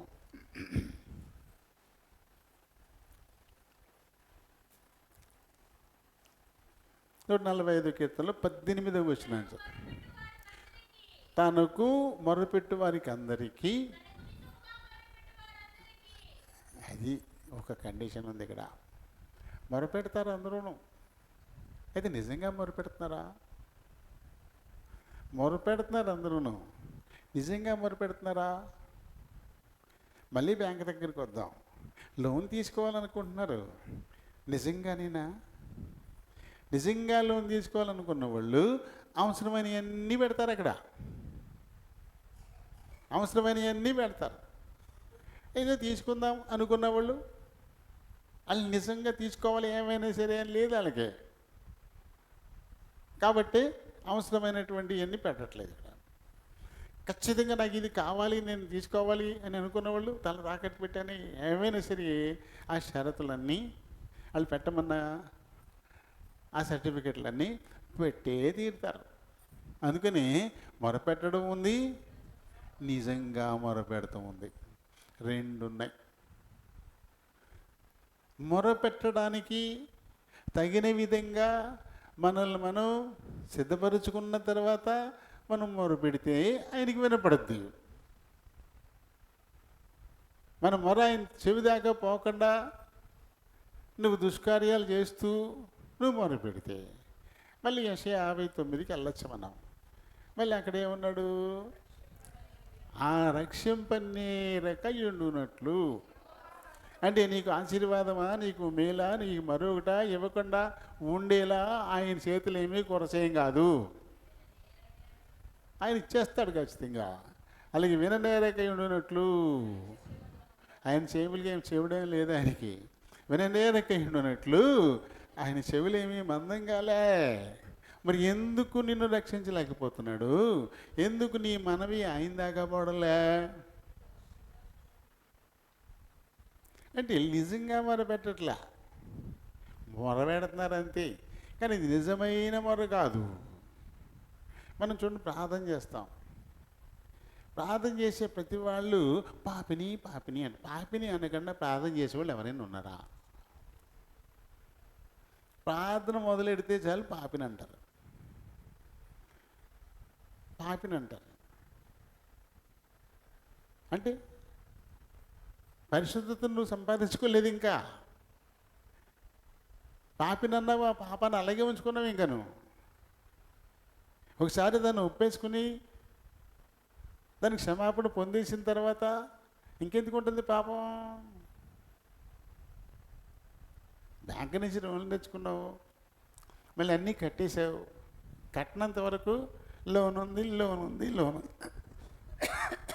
కట్టేసే కూడా అంటవా? కట్టేసి కూడా లోన్ ఉందంటవా? చెప్పు తీసుకు కొడతాను, ఎప్పుడో కట్టేశాను అంటావు, అంతే కదా అంట. మరి ఇంకా పాపిని పాపిని అంటే దాని అర్థం ఏంటి? ఈ పాపానికి నువ్వు ప్రాయశ్చిత్తం పొందలే, ఒప్పుకోదగిన విధంగా దేవుడి దగ్గర నువ్వు ఒప్పుకోలేదు. అవి పరిష్కరింపబడలా, క్షమించబడలే.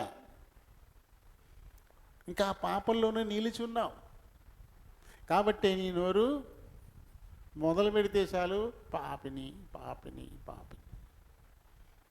ఆయన నేను ఒకప్పుడు పాపిని, నన్ను కరుణించావు, నన్ను ఆకర్షించుకున్నావు, నా పాపాలు క్షమించావు, నన్ను నువ్వు పరిశుద్ధునిగా చేసుకున్నావు, నీ గుడారంలో నీ పర్వతం మీద ఉండడానికి తగినవానిగా నన్ను నువ్వు చేసుకున్నావు, అందుకు నీ కృతజ్ఞతలు అనగలుగుతున్నావా?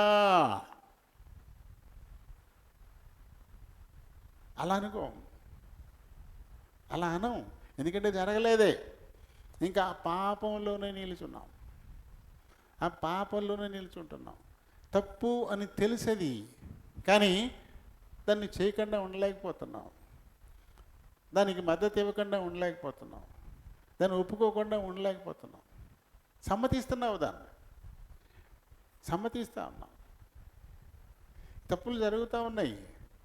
దైవజనులు చాలామంది దైవజనులను పేరెట్టుకుని చాలా తప్పులు చేస్తూ ఉన్నారు.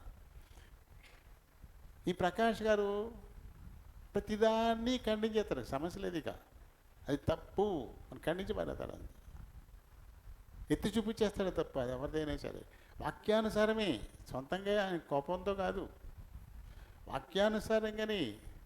ఈ వాక్యం ఏది చేయొద్దని చెప్తుందో అది చేసేస్తూ ఉన్నారు. చేసేస్తూ దైవజనులుగా చాలామంది అయిపోతూ ఉన్నారు. ఇక ఎత్తు చూపిస్తూ ఉంటే మళ్ళీ ఈయన మంచోడు కదా, వాళ్ళకి ఎత్తు చెప్పేవాళ్ళు ఎవరో మంచోళ్ళు కదా. నేను మంచోడుగా చాలామందికి ఎటకారంగా మాట్లాడతాడు, ఎత్తు పొడుచున్నట్టు చెప్తాడు అని నా వెనకాల ఉంటారు. వాక్యం చెబుతుంది, అది ఆయన ఆ వాక్యం చెప్తున్న మాట చెప్తే నేను వెటకారంగా చెప్తున్నట్టు, ఎత్తు పుడుతున్నట్టు. అంటే నువ్వు పాపివి, నువ్వు పాపి అంటే ఎత్తి పుడిచినట్ట, నువ్వు అవిధేయుడివి అవిధేయురాలివి ఆ మాట చెప్తే ఎత్తి పుడిచినట్ట. ఎత్తు పొడుతుంది అంటే నువ్వేం చేయాలి? జాగ్రత్త పడాలి కదా. అమ్మో ఇలాంటి తప్పు ఉంది నాలో, అందుకే నాకు ఇది బాధ కలుగుతుంది, నేను సరి చేసుకోవాలనుకోవాలి కదా. అతిక్రమం అసలు దాచిపెట్టకూడదు, ఒప్పుకుని దాన్ని వదిలేయాలి. నువ్వు దాచిపెట్టుకున్నావు, ఆ సంగతి ఇంకోళ్ళు గుర్చెత్తే అది తప్పు అయిపోతుంది, ఎత్తి పొడిచినట్టు అయిపోతుంది. అసలు నువ్వు దాచిపెట్టుకోవడమే తప్పు కదా. అలా దాచిపెట్టుకోవడం వల్ల నువ్వు ఇంకా ఇంకా ఇంకా ఇంకా నాశనం అయిపోతావు. నిప్పు జోబులేసి కూర్చున్నావు. అవతలోడు పొగ వస్తుంది అని చెప్పారు, ఎత్తిపడిచినట్టే అది. పొగ వస్తుంది, మరి నిప్పు వేసావు కదా, అమ్మో అని చెప్పి తీసి బయట పారేస్తే అంతవరకే నష్టం. నువ్వు అలాగే ఉంచుకుంటే ఏమవుద్ది? కాలిపోద్ది, గుడ్డ కాలిపోద్ది, తర్వాత ఒళ్ళు కాలిపోద్ది. అప్పుడు ప్రతి వాళ్ళు అడుగుతారు, ఏంటది ఎక్కడ కాలిపోయిందా? నువ్వు వేసుకున్నాను చెప్తావా? దాచిపెట్టుకుని గుడ్డ ముక్క కప్పెట్టుకుని తిరగాలి. అది చూసిన కానీ ప్రశ్నలు ఎక్కువైపోతాయి. ఎవడు చూసినా అడుగుతారు, ఇదేంటా అలా కాలిందా అంటే నువ్వు చెప్పలేదు ఇదంతాను. అప్పుడు దాచిపెడతావు. అప్పుడు చెప్పినోడు మంచోడే కదా, కానీ మంచోడు అవడం మనకి ఆ తప్పుని ఎత్తి చూపించాడంటే ఎటకారం చేస్తున్నాడు, ఎత్తి పొడుస్తున్నాడు, ఇలాంటి మాటలు మాట్లాడతాడు. దేవుని వాక్యం ఎప్పుడు అదే చెప్తాడు, తప్పును తప్పుగా చెప్పొద్ది అంతే, ఒప్పును ఒప్పుగా చెప్పొద్ది. ఆ వాక్కును యథార్థంగా స్వీకరించి హృదయం లేకపోతే నువ్వు మొర్రపెట్టినా అది వృధా. అందుకనే ఏం చెప్పాడు, రెండో మారి హెచ్చించాడు. మళ్ళీ చదువు, నువ్వు మొర్ర పెడితే మళ్ళీ చదువు. తనకు మొర్రపెట్టు వారందరికీ, తనకు నిజంగా మొర్రపెట్టు వారందరికీ యెహోవా సమీపంగా ఉన్నాడు. వెతికే వారందరికీ దొరుకుతుంది. నిజంగా వెతికితేనే. ఇవి మనకు అనుభవాలేనా? మనకి ఇష్టం ఉంటే ఒకలా ఎదుగుతాం, ఇష్టం లేకపోతే ఒకలా ఎదుగుతాం. రెండు రకాలుగా వెతుకుతాం ఎప్పుడు కూడా. రెండు రకాలుగా మన మాట వింటాం. అవతల చెప్పింది ఇష్టం ఉండి వినే మాట ఒకలా ఉంటుంది, ఇష్టం లేకుండా ఇదే మాట ఒకలా ఉంటుంది. రెండు ఎప్పుడు కూడా ఉంటాయి. అందుకని తనకు మొరపెట్టువారని మరొక మాట నిజంగా మొరపెట్టువారు. ఇంకా ఇందులోని మనకి 34 కీర్తనలోని బ్రతుకు కోరువాడు నిజంగా బ్రతుకు కోరేవాడు రెండు ఉన్నాయి ఇక్కడ. బ్రతుకు కోరువాడు ఎవడైనా ఉన్నాడా అని, మేలు నందుచు అనేక దినములు బతుకు కోరువాడు ఎవడైనా ఉన్నాడా అంటే అందరూ బతకాలని అనుకుంటారు, ఎవరు చచ్చిపోవాలని కోరుకోరు. కానీ ఆ బతుకు ఎలా ఉంది? మేలు పొందుతూ బతుకుతున్నావా, ఏదో చావలేక బతుకుతున్నావా?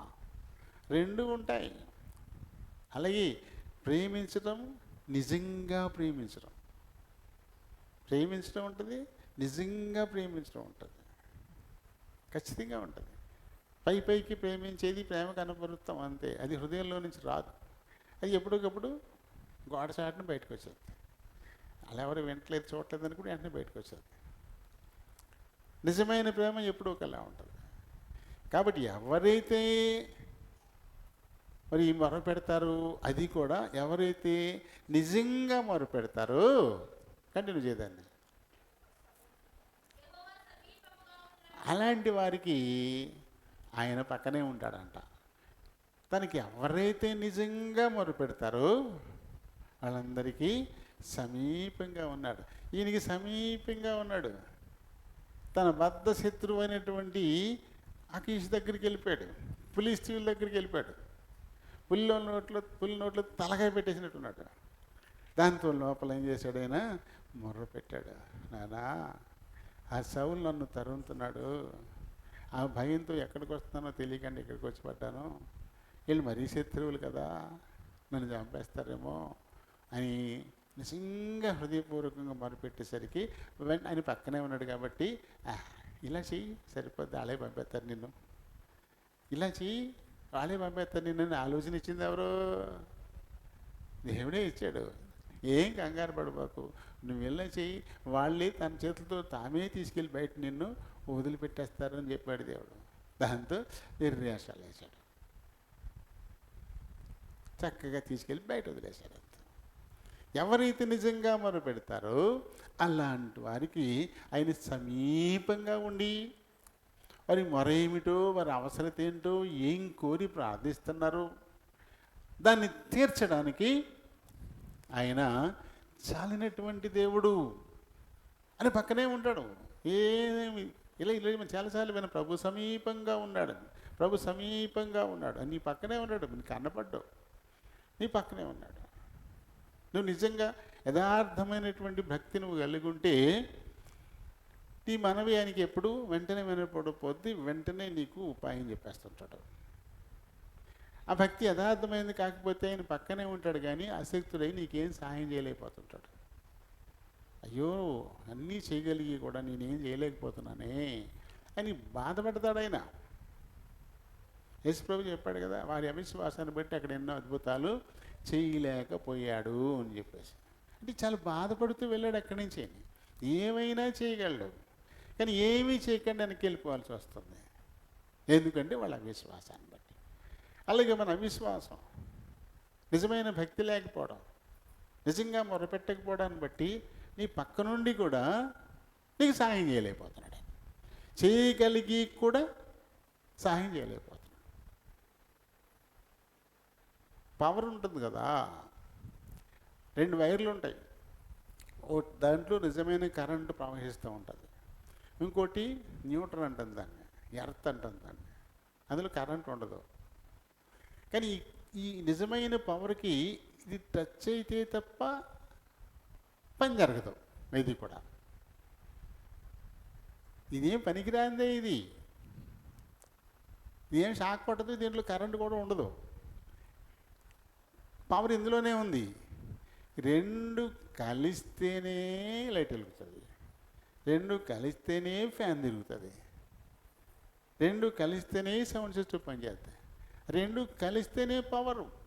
అలాగే దేవుడు తనకు తానుగాను ఎంత శక్తివంతుడైనప్పటికీ కూడా, ఏమైనా చేయగలిగినవాడైనప్పటికీ కూడా, ఎర్తయ్యున్న నువ్వు సహకరించకపోతే ఇంకేమీ చేయలేడు. అంతేనండి. ఎర్తలు ఏం లేదు, పవర్ ఏం ఉండదు అందులో. కానీ అది తగలకపోతే పవర్ ఏం చేయలేదు. పవర్ పనిచేయాలి అంటే ఇది ఖచ్చితంగా ఉండాల్సిందే. అలాగే దేవుడు నీకు ఏమైనా చేయాలి అంటే నీ సహాయం ఉండాలా, నువ్వు సహకరించాలా. సహకరించకపోతే ఏమీ చేయలేడు. అన్నీ చేయగలిగి కూడా ఏమీ చేయలేడు. ఇదివరకు చెప్పాను మీకు, మరొకసారి గుర్తు చేస్తాను. ఎందుకంటే మర్చిపోతారు కదా, మనం బాగా మర్చిపోతాం. ఆయన ఆ ప్రకాష్ అన్న ఇంకొక మాట చెప్పాడు. ఆయన ఒకసారి అక్కడ మలేషియానో జపనీస్ ఎక్కడో ఆ చర్చికి వెళ్ళాయంట ఆయన. అక్కడ చర్చికి వెళ్ళాయంట.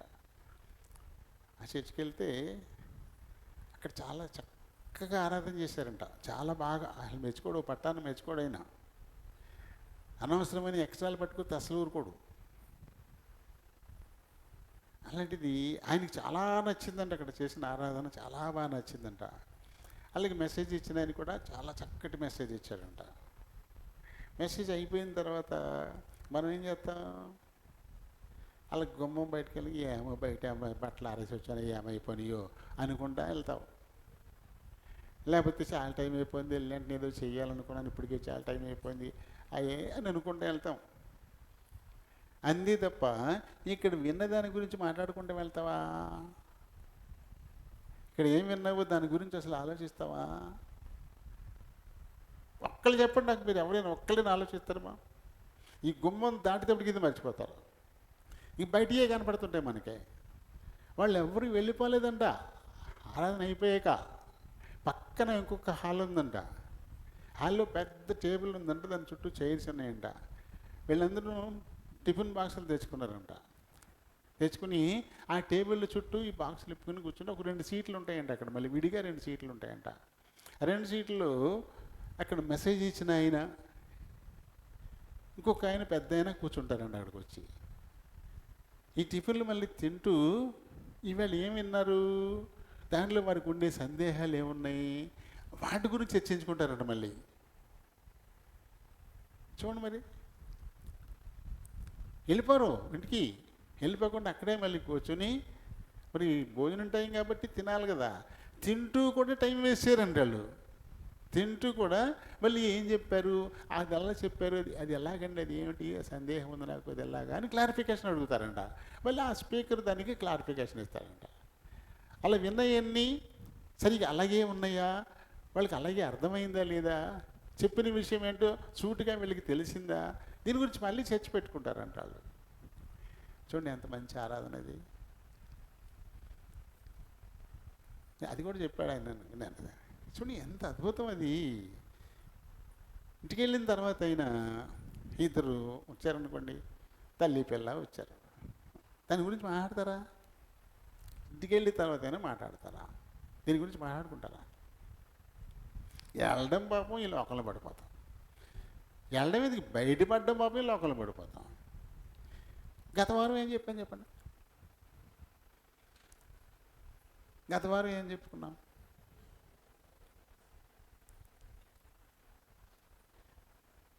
తిరిగేస్తున్నారు బైబిల్. ఇప్పుడు బైబిల్ తిరిగేస్తున్నారు, అది పుస్తకాలు తిరిగేస్తున్నారు.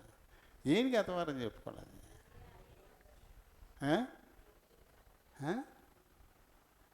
సరిగా అర్థం అలా.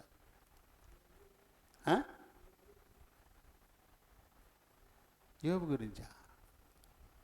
అసలు విషయం యోబా? మనస్సే కదా, మనస్సే కదా. యెషయా 55:6-7లో 7వ వచనాన్ని బట్టి వాళ్ళు దానికి ఉదాహరణగా మనస్సేని తీసుకొచ్చాం. మనస్సే పనికిమాలినుడు, దుర్మార్గుడు. ఆ తర్వాత అతను ఒప్పుకున్నాడు తప్పులు. ఒప్పుకున్న తర్వాత మళ్ళీ తిరిగి దేవుడు తన రాజ్యం దానికి ఇచ్చాడు. ఇచ్చిన తర్వాత ఏం చేశాడు? అంతకుముందు నిలబెట్టినవన్నీ మళ్ళీ మొత్తం తీసి పారేశాడు కదా. అది అయితే యోబులో కూడా ఉందా? అది చెప్పాను. యెషయా 55:6-7 ఏముందో అదే 6లో ఉన్నదే మళ్ళీ యోబులో కూడా 8వ అధ్యాయంలో ఉంది, 5వ వచనం నుంచి అని ఇది కూడా ఉందని చెప్పాను. అదే ఇక్కడ తీసుకొచ్చి మనస్సే ఉదాహరణ తీసుకొచ్చాం. మనస్సే గురించి ఉదాహరణ తీసుకొచ్చాం. మనస్సే తన అతిక్రమాన్ని ఒప్పుకున్నాడు, చాలా తప్పు చేసేసాడు, చాలా పాపం చేశాడు. భక్తిహీనులు తమ మార్గాలను విడువలేను. భక్తిహీనుడు తనని విడిచిపెట్టేశాడు. ఎప్పుడు? చెరపట్టబడిన తర్వాత, అశ్వర్యులకు అప్పచెప్పేసిన తర్వాత, సంఖ్యలు వేసి తీసుకెళ్ళిపోయిన తర్వాత బుద్ధి వచ్చి దేవుణ్ణి అడిగితే మళ్ళీ తనకి మళ్ళీ విడుదల ఇచ్చాడు. తను ఇప్పుడు వచ్చి అన్నీ సరి చేసుకున్నాడు. ఒప్పుకున్న తర్వాత వాటిని సరి చేసుకోవాలా? ఒప్పేసుకుంటే సరిపోదు, దాన్ని ఏం చేయాలి? సరి చేయాలా? ఏమేమైతే పెట్టాడు అన్నీ పీకి పారేసేసాడు. మళ్ళీ తను పెట్టినవన్నీ తీసేసాడు మామూలుగా. ఆ విషయాన్ని మనం గత వారం మాట్లాడుకున్నాం. కానీ ఎంతమంది గుర్తుందంటే గత వారందే మనకు గుర్తుంటలేదు. నేను మర్చిపోవాలి మసలాడు కాబట్టి మతిమరుపు వచ్చేది నాకు. మాస్టర్లకి మతిమరుపు వచ్చేది, మాస్టర్లకి. ఎందుకంటే గంటల తరబడి మాట్లాడుతూనే ఉంటారు కదా. ఎప్పుడు 84 నుంచి మొదలెట్టి నేను మాట్లాడుతూనే ఉన్నాను. దాంతో ఎక్కువ మాటలు అయిపోతాయి కదా. మాట్లాడేది ఎక్కువైపోద్ది. అది ఎక్కువైపోయే కొద్ది ఏమవుతుంది? నీ బుర్రలో ఇమడదిక మర్చిపోతూ ఉంటాం. సహజం ఇక మర్చిపోతూ ఉంటాం. మళ్ళీ ఆ పాయింట్ దొరికితే అది గుర్తొచ్చేది మళ్ళీ, లేకపోతే మర్చిపోతాం. నేను పాట పాడదాం అనుకుంటున్నాను నిన్న నుంచి, ఇక్కడికి వచ్చాక మర్చిపోతున్నాను. ఇది ఇంటికాడ లోపల అది పెట్టుకుని బైబిల్ చదువుకుంటాను, అదే పక్కన పెట్టుకుని టిఫిన్ చేస్తాను, దాన్ని వింటానే ఉంటాను. అయినా ఇక్కడికి వచ్చేసరికి ఆ పాటని మర్చిపోతున్నాను. ఎక్కువైపోయింది బుర్రలో, బాగా ఎక్కువైపోయి అది ఒకసారి పాడిన తర్వాత మళ్ళీ పాడారు కదా మీరు అంటారు వీళ్ళు. నేను పాడేనా ఈ పాట అంటాను, నేను మర్చిపోతున్నాను. ఎందుకంటే బాగా ఎక్కువ మాస్టర్లకు ఉన్న పరిస్థితి ఇది. ఎక్కువ సంవత్సరాల పాటు అది ఇది అది అది చదివేసి మాట్లాడుతూనే ఉంటాం కదా. అది మాస్టర్లు గమని చచ్చిపోతారు కూడా. ఆయుర్దాయం తగ్గిపోతుంట, మాట్లాడడం వల్ల ఆయుర్దాయం కూడా తగ్గిపోద్దంట. మాస్టర్ పని అది. మరి నాకేంటంటే రిటైర్ అయిపోతే 18 రిటైర్ అయిపోయినా అలా కూర్చొని ఉండాలి. కానీ ఇంకా పని ఎక్కువైంది మనకి ఇక్కడ. ఇది ఏమిటి ఈ పని ఇచ్చాడు కదా. ఇప్పుడు 84లో మొదలెడితే ఇప్పుడెంత? ఎన్నేళ్ళు అయింది? 41 సంవత్సరాలు. అయ్యో 6 25 కదా, 41 సంవత్సరాలు. 41 సంవత్సరాలుగా మాట్లాడుతూనే ఉన్నాను. ఇప్పుడు ఏమవుతుంది? కాబట్టి నేను మర్చిపోవాలి, మీరు మర్చిపోవడం ఏంటి? అలా విన్నట్టుగా అలా గుర్తుండిపోవాలి అంతే. అలా గుర్తున్న వయసు ఉంది నాది. చాలా ఫాస్ట్ అనమాట. ఎక్స్రే కళ్ళు ఒకసారి ఇలా చూస్తే ఆ గదిలో ఏమేమి ఉన్నాయి అన్నీ ఫోటో తీసినట్టు అయిపోతాయి. నెల పోయిన తర్వాత వచ్చిన చిన్న మార్పు చేస్తే చెప్పేసేవాడిని. ఒక చిన్న మార్పు జరిగితే చెప్పేసేవాడిని. అంత జ్ఞాపకం ఉండేది. అది అలా ఏమైపోయింది, అరిగిపోయింది. అలా మా బుడదంటుంది, అలా బుడదానికి గుర్తుంది బాగా. బుడదానికి అది సేమ్ ఎవడైనా అలాగే ఉంటుంది, ఫ్రెండ్స్ అలాగే ఉంటుంది, బాగా గుర్తించుకుంటుంది అది. సర్లేండి కదా. మరి ఎక్కడున్నాం మనం ఇప్పుడు? నిజంగా మొరపెట్టడం, ఇది మనం ప్రశ్నించుకోవాలి ఇప్పుడు. ఇందులో ఇంకొక మాటను మనం చూస్తాం. చూడండి, ఏం చేయాలంటే మనం నిజంగా దేవుడు మన మనవి ఆలకించాలంటే మీ భయభక్తులు నేర్పుతానన్నాడు కదా ఆయన. బ్రతకగోరువాడెవడైనా ఉన్నాడా అంటే దానిపైన ఏమన్నాడు? యెహోవా యందు భయభక్తులు మీకు నేర్పెదను. యెహోవా యందు భయభక్తులు మీకు నేర్పుతాను. దానిపైన ఏమంటాడు? పిల్లలారా మీరు వచ్చిన మాట వినండి. పాఠం తెలుసా మీకు? ఇది పాట ఉంది మన దాంట్లో. ఈ పిల్లలారనే దాని మీద పాట ఉంది. 18వ కీర్తన అదే. 18వ కీర్తన ఉంటుంది.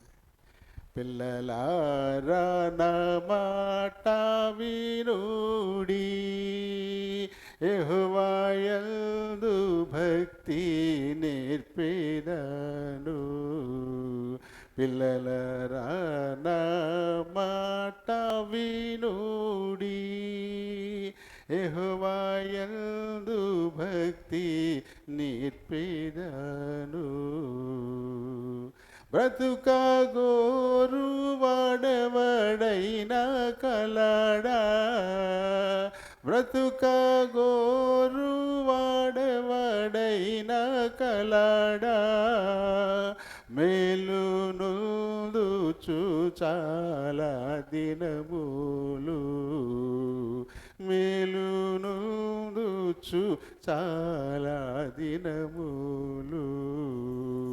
పిల్లలారా నా మాట వినుడి, యెహోవా యందు భక్తి నేర్పెదను. కపటమైన చెడు మాటలాడాక, కపటమైన చెడు మాటలాడాక, కాచుకొనుము నీదు పెదవులను. యాసిటీజ్గా పెట్టేసాడు. అక్కడ ఏ వాక్యం ఉందో ఆ కీర్తనలో అదే మొత్తం ఇందులో పెట్టేశాడు. అది పాట. ఇంకో చూని గుర్తొచ్చిందా? సృష్టి ఎలా చూస్తుందా ఇంకా అది కదా అని. అది ఇది ఒకటే శృతి, అది ఒకటే చూను. కొండల తట్టున కనులెత్తుచున్నాను, నాకు సాయమే చటను నీ వచ్చును. అది ఇది ఒకటే చూను, తేడా ఏం లేదు. పాడినప్పటికీ అలా చూస్తాను సృష్టిలాగా. ఆ శృతి కదా ఇది, ఆ ట్యూన్ కదా ఇది అన్నట్టుగా మాకు పెట్టి చూస్తాను. అది ఇది ఒకటే వాక్యమే చక్కగా. ఏమంటాడు ఆయన? నిజంగా బ్రతకాలనుకుంటే, మేలు నొందుచు బ్రతకాలనుకుంటే, మేలు నొందుచు దేవుడు నిన్ను బ్రతికేలా చేయాలంటే నువ్వు చేయాల్సిందేంటి? ఇక్కడ కండిషన్ ఉంది. ఇక్కడ నువ్వు కీడు చేయడం మానేయాలి. నేను కీడు చేయట్లేదు కదా అనుకుంటే చాలదు, మేలు చేయాలి. రెండు ఉన్నాయి ఇక్కడ. కొంతమంది నేను కీడు చేయట్లేదు కదా, నేను అబద్ధం ఆడట్లేదు కదా, నేను ఎవరికి హాని చేయట్లేదు కదా. నువ్వు అబద్ధం ఆడట్లేదు, నిజం చెప్తున్నావా? అబద్ధం ఆడను నిజమో చెప్పను. అప్పుడు నిజం చెప్పినట్టు ఎలా అవుతుంది అది? నువ్వు అబద్ధం ఆడడం మానేసినప్పుడు నువ్వు నిజం చెప్పాలి కదా. నేను అది చేయను ఇది చెప్పను, నేను పెడతా నాకెందుకు? ఒప్పుకోడు దాన్ని దేవుడు. నువ్వు అబద్ధం ఆడడం మానేయాలి, నిజం చెప్పడం నేర్చుకోవాలి. కీడు చేయడం మానేయాలి, మేలు చేయడం నేర్చుకోవాలా. రెండు చేయాలా, లేకపోతే ఒప్పుకోడు ప్రభు. రెండు తప్పకుండా ఉన్నాయన్నమాట ఖచ్చితంగా. కీడు చేయడం మానేయాలి, మేలు చేయాలి. సమాధానాన్ని వెదకాలి ముందు. అది దొరికాక దాన్ని వెంటాడాలి, వదిలిపెట్టేయకూడదు అంటాడు. ఒకసారి సమాధానాన్ని వెతికేము, సమాధానం పడిపోయాము, అయిపోయింది వదిలేయడం కాదు ఇక్కడ. దాన్ని మళ్ళీ కంటిన్యూ చేయాలి, దాన్ని వెంటాడుతూ ఉండాలి, ఎప్పటికీ సమాధానాన్ని వదిలేయకూడదు. ఇది విశ్వాసికి ఒక తప్పనిసరి కండిషన్. సమాధానపరుచువారు ధన్యులు. మత్తయి సువార్త 5వ అధ్యాయంలో కొండ మీద ప్రసంగంలో మనం ఆ పదాన్ని మనం చూస్తాం కదా. చూడండి, సమాధానపరుచువారు ధన్యులు. అది దేవుని పిల్లలు అని పిలిపించుకోవాలంటే వాళ్ళు ఖచ్చితంగా సమాధానపరచాలా. సమాధానపరచాలి అంటే ముందు వాళ్ళు సమాధాన పడాలా. సమాధాన పడ్డం వాళ్ళకు వస్తే అప్పుడు ఇతరులను కూడా సమాధానపరుస్తారు. తాము సమాధానం లేకుండా ఇంకొకరి లెక్కలు సమాధానపరుస్తారు. అందుకని సమాధానపరచువారు ధన్యులు, వారు దేవుని కుమారులు అనబడతారు. దేవుని కుమారులు అనబడతారు అంటే ఆయన పిల్లలు అయిపోతారు. కాబట్టి ఏం చేయాలి? సాతానుడు సులువుగా చిక్కులు పెట్టేవాడు కదా. హెబ్రీ 12లో మనం చదువుతాం, విశ్వాసమును కర్త దాన్ని కొనసాగించేవాడని యేసు వైపు చూచుచు మన ఎదుట ఉంచబడిన పరుగు పందెంలో ఓపికతో పరిగెడదాము. తర్వాత సులువుగా చిక్కులు పెట్టు పాపమును విడిచిపెట్టి. సాతానుడు సులువుగా మనుషుల మధ్య చిక్కు పెట్టేస్తాడు, వారి సమాధానాన్ని లేపేస్తాడు, వారి మధ్య నీకు సమాధానాన్ని ఉంచడు. దీనికి ఎవరు మినహాయింపు కాదు. భార్యాభర్తల మధ్య సమాధానాన్ని తీసేస్తాడు, తల్లి బిడ్డల మధ్య సమాధానాన్ని తీసేస్తాడు, అన్నదమ్ముల మధ్య సమాధానాన్ని తీసేస్తాడు, ఇరుగు పొరుగు వారి మధ్య సమాధానాన్ని తీసేస్తాడు. చిన్న చిన్నవి సులువు, చాలా చిన్న వాటితో చిక్కులు పెట్టేసి వారి మధ్య నుండే సమాధానాన్ని తీసేస్తాడు. అది విశ్వాసం ఏం చేయాలా? సమాధాన పరచాలి అంటే ముందు తను సమాధాన పడాలా. ముందు తను సమాధానపడి అలాగే అసమాధానంతో ఉండే వాళ్ళ మధ్యన సమాధానాన్ని కూర్చడానికి కూడా ప్రయత్నం చేయాలంటాడు. సమాధాన పరుచువారు ధన్యులు, వారు దేవుని కుమారులు అనబడతారు. కాబట్టి ఇక్కడ ఏం చెప్పాడు? సమాధానాన్ని వెతికి దాన్ని వెంటాడాల. లేకపోతే నీ జీవితంలో సమాధానం ఉండదు. నీ సమాధానాన్ని దోచుకుపోవడానికి ఎన్నో కష్టాలు ఎప్పుడు మొబ్బడికి వచ్చి పడిపోతుంటాయి. నీకు వచ్చే శారీరక బలహీనతలు కావచ్చు, ఆర్థిక అవసరాలు కావచ్చు, సంఘపరమైన అవసరాలు కావచ్చు, ఏవో అవసరాలు నీ సమాధానాన్ని తీసుకెళ్ళిపోతుంటాయి. కాబట్టి ఏం చేయాలి? ముందు నువ్వు సమాధాన పడడం నేర్చుకోవాలా, సమాధానం పరచడం కూడా నేర్చుకోవాలి. వారు మట్టుకి దేవుని కుమారులు అనబడతారు. మరి ఇటువంటి వాటన్నిటిని తీసి మనం పక్కన పెట్టేసి దేవుడు నన్ను ఆశీర్వదించాలా, దేవుడు నన్ను నీతిమంతుడిగా తీర్చాలా, ఆయన ఇస్తానన్న నిత్య జీవం నాకు ఇవ్వాలా, ఆయన నా ప్రార్థన వినే తీరాలా, సమృద్ధి జీవాన్ని నాకు ఇవ్వాలా అని కోరుకుంటేలా? ఆయన చేయమన్నది మనం చేయాలా. అప్పుడు నువ్వు కోరింది ఆయన ఇస్తాడు. ఎందుకంటే నీ కోరిక జన్యున్ అవుతుంది. ఆయన చేయమన్నట్టు నువ్వు చేసినప్పుడు మాత్రమే నీ కోరిక సరైనదవుతుంది. ఖచ్చితంగా ఆ కోరికను తీర్చడానికి దేవుడు ఎప్పుడు ఇష్టపడువాడుగానే ఉన్నాడు. ఆయనగానే మనకి ఇవన్నీ చెప్తున్నాడు. మనం ఏం ఎదగట్లే. బిడ్డా, నీకు సమాధానం నేను ఇస్తాను, నిత్య జీవాన్ని నీకు ఇస్తాను, సమృద్ధి జీవాన్ని నీకు ఇస్తాను, నీ అవసరతను తీరుస్తాను, నీ జీవితంలో శాంతి నెమ్మది ఎప్పటికీ ఉండేలా నేను స్థిరపరుస్తాను. నువ్వు చేయాల్సింది ఇది. ఏం చేయాలా? ముందు చెడ్డ మాటలు పలకొద్దు, అలాగే కీడు చేయొద్దు, మేలు చేయి, అలాగే సమాధానాన్ని వెతుకు, అది దొరికాక దాన్ని వెంటాడు, వదిలిపెట్టేయకు. అప్పుడు నీకు సమృద్ధి జీవం. అప్పుడు నీకేం కావాలో అది ఇవ్వడానికి నేను ఎప్పుడు సిద్ధమే అని తనకు తానుగానే, మనం ఏం అడగట్లేదు, ఆయన నేను ఈ మాట వింటాను, నాకు మేలు చేస్తావా అని అంటున్నావా? మనం ఏమంటలే, కూడా తిరుగుతాలే. నేను చెడ్డ పనులు చేయను, మంచి పనులు చేస్తాను, నన్ను దీవిస్తావా అని అడుగుతాం. మనమేం అడగట్లే, ఆయనే చెబుతున్నాడు అన్నీ. అంటే మనల్ని ఆశీర్వదించడానికి నేను ఎంత ఇష్టపడుతున్నాడు. చాలా ఇష్టపడుతూ ఉన్నాడు. అందుకని తనకు తానుగా వచ్చి ఇవన్నీ మన ముందు పెడతా ఉన్నాడు. ఎందుకంటే ప్రేమ కలిగిన దేవుణ్ణి మనం చూస్తామా? ఆరాధించడానికి ఇంతకంటే పెద్ద కారణాలు మనకి కావాలా? ఆయన వెతికి నీ దగ్గరికి వచ్చి నీకు చెప్తా ఉన్నాడు, నేను నిన్ను దీవిస్తాను, నేను ఆశీర్వదిస్తాను, నీకు సమృద్ధి జీవం ఇస్తాను, నీ జీవితంలో మేలు నీకు చూపిస్తాను, ఇలా ఉండు, ఇలా ఉండు, చాలు, నువ్వు చెడుగు వదిలిపెట్టేయి, నువ్వు మేలు చేయి, సమాధానాన్ని వెతుకు, దాన్ని వెంటాడు, కపటంగా ఉండకో, యథార్థ హృదయంతో ఉండు, ఇవన్నీ నేను నీకు ఇస్తాను అని ఆయన పట్టుకు తిరుగుతున్నాడు నీ చుట్టూ, నీకు ఇస్తానని. ఎందుకంటే ప్రేమ కలిగిన దేవుడు మనకుంటాడా? ఆరాధించడానికి ఎందుకంటే ఎక్కువ కారణాలు కూడా ఏమీ అక్కర్లేదు. దేవుని ఆరాధిద్దాం. ప్రేమ కలిగిన మా ప్రియ పరలోకపు తండ్రి, వందనాలు, స్తోత్రాలు. మరి ఇంతవరకు మా మధ్య నుండి మాకు నేర్పించిన ఆత్మీయ సత్యాలను బట్టి స్తుతిస్తూ గణపరుస్తున్నాను. కానీ యెహోవా యందు భయభక్తులు గలవారు, ఆయన కోరిక, వారి కోరిక మీరు తప్పకుండా తీరుస్తారని కీర్తనకారుడు చెప్పిన మాటను బట్టి, మాకు నేర్పించిన ఆత్మీయ సత్యాలను బట్టి హృదయమారా మిమ్మల్ని స్తుతిస్తూ గణపరుస్తున్నాను. దాని 34వ కీర్తన మా పితరుడైన దావీదు తన జీవితంలో ఏర్పడినటువంటి ఒక పరిస్థితి, దానిని బట్టి తన అనుభవాన్ని మాతో పంచుకుంటున్నాడు, మాకు నేర్పుతున్నాడు. నా వలే మీరు కూడా హృదయపూర్వకంగా ఆయన వెతికితే తప్పకుండా మీ అవసరత తీరుస్తాడు, మిమ్మల్ని తప్పిస్తాడు, మిమ్మల్ని రక్షిస్తాడు, మీకు సమృద్ధి జీవాన్ని ఇచ్చేటువంటి వాడుగా ఉన్నాడు, మేలుతో నింపుతాడనేటువంటి విషయాలు ఈ దాసుని ద్వారా మా దృష్టికి తీసుకొచ్చినందుకై హృదయపూర్వకంగా మిమ్మల్ని స్తుతిస్తూ గానపరుస్తున్నాను.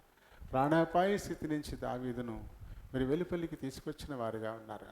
అలాగే మరి ఎలాంటి ఇబ్బందుల్లో ఉన్నా సరే దానిలో నుంచి వెలుపలికి తీసుకొని రావడానికి మీరు చాలినటువంటి దేవుడు. అయితే తండ్రి, మేము ఏ రీతిగా నడుచుకోవాలో అది నేర్చుకుని ఆ రీతిగా నడుచుకుని మీకు ఇష్టం లేని రోజున మా అవసరత తీర్చడానికి మీరు ఎప్పుడు సిద్ధంగానే ఉన్నారు. మీరు మమ్మల్ని వెంటాడుతూ ఉన్నారు, మా తోడునే వస్తూ ఉన్నారు. మీరు బిడ్డ, ఇది నేను నీకు ఇస్తాను, నువ్వు ఇలా చేయి, ఇలా నడుచుకో, ఇదిగో ఈ యొక్క దీవెని నీకు ఇస్తానంటూ మా వెంటే మీరు తిరుగుతున్న వారుగా ఉన్నారు.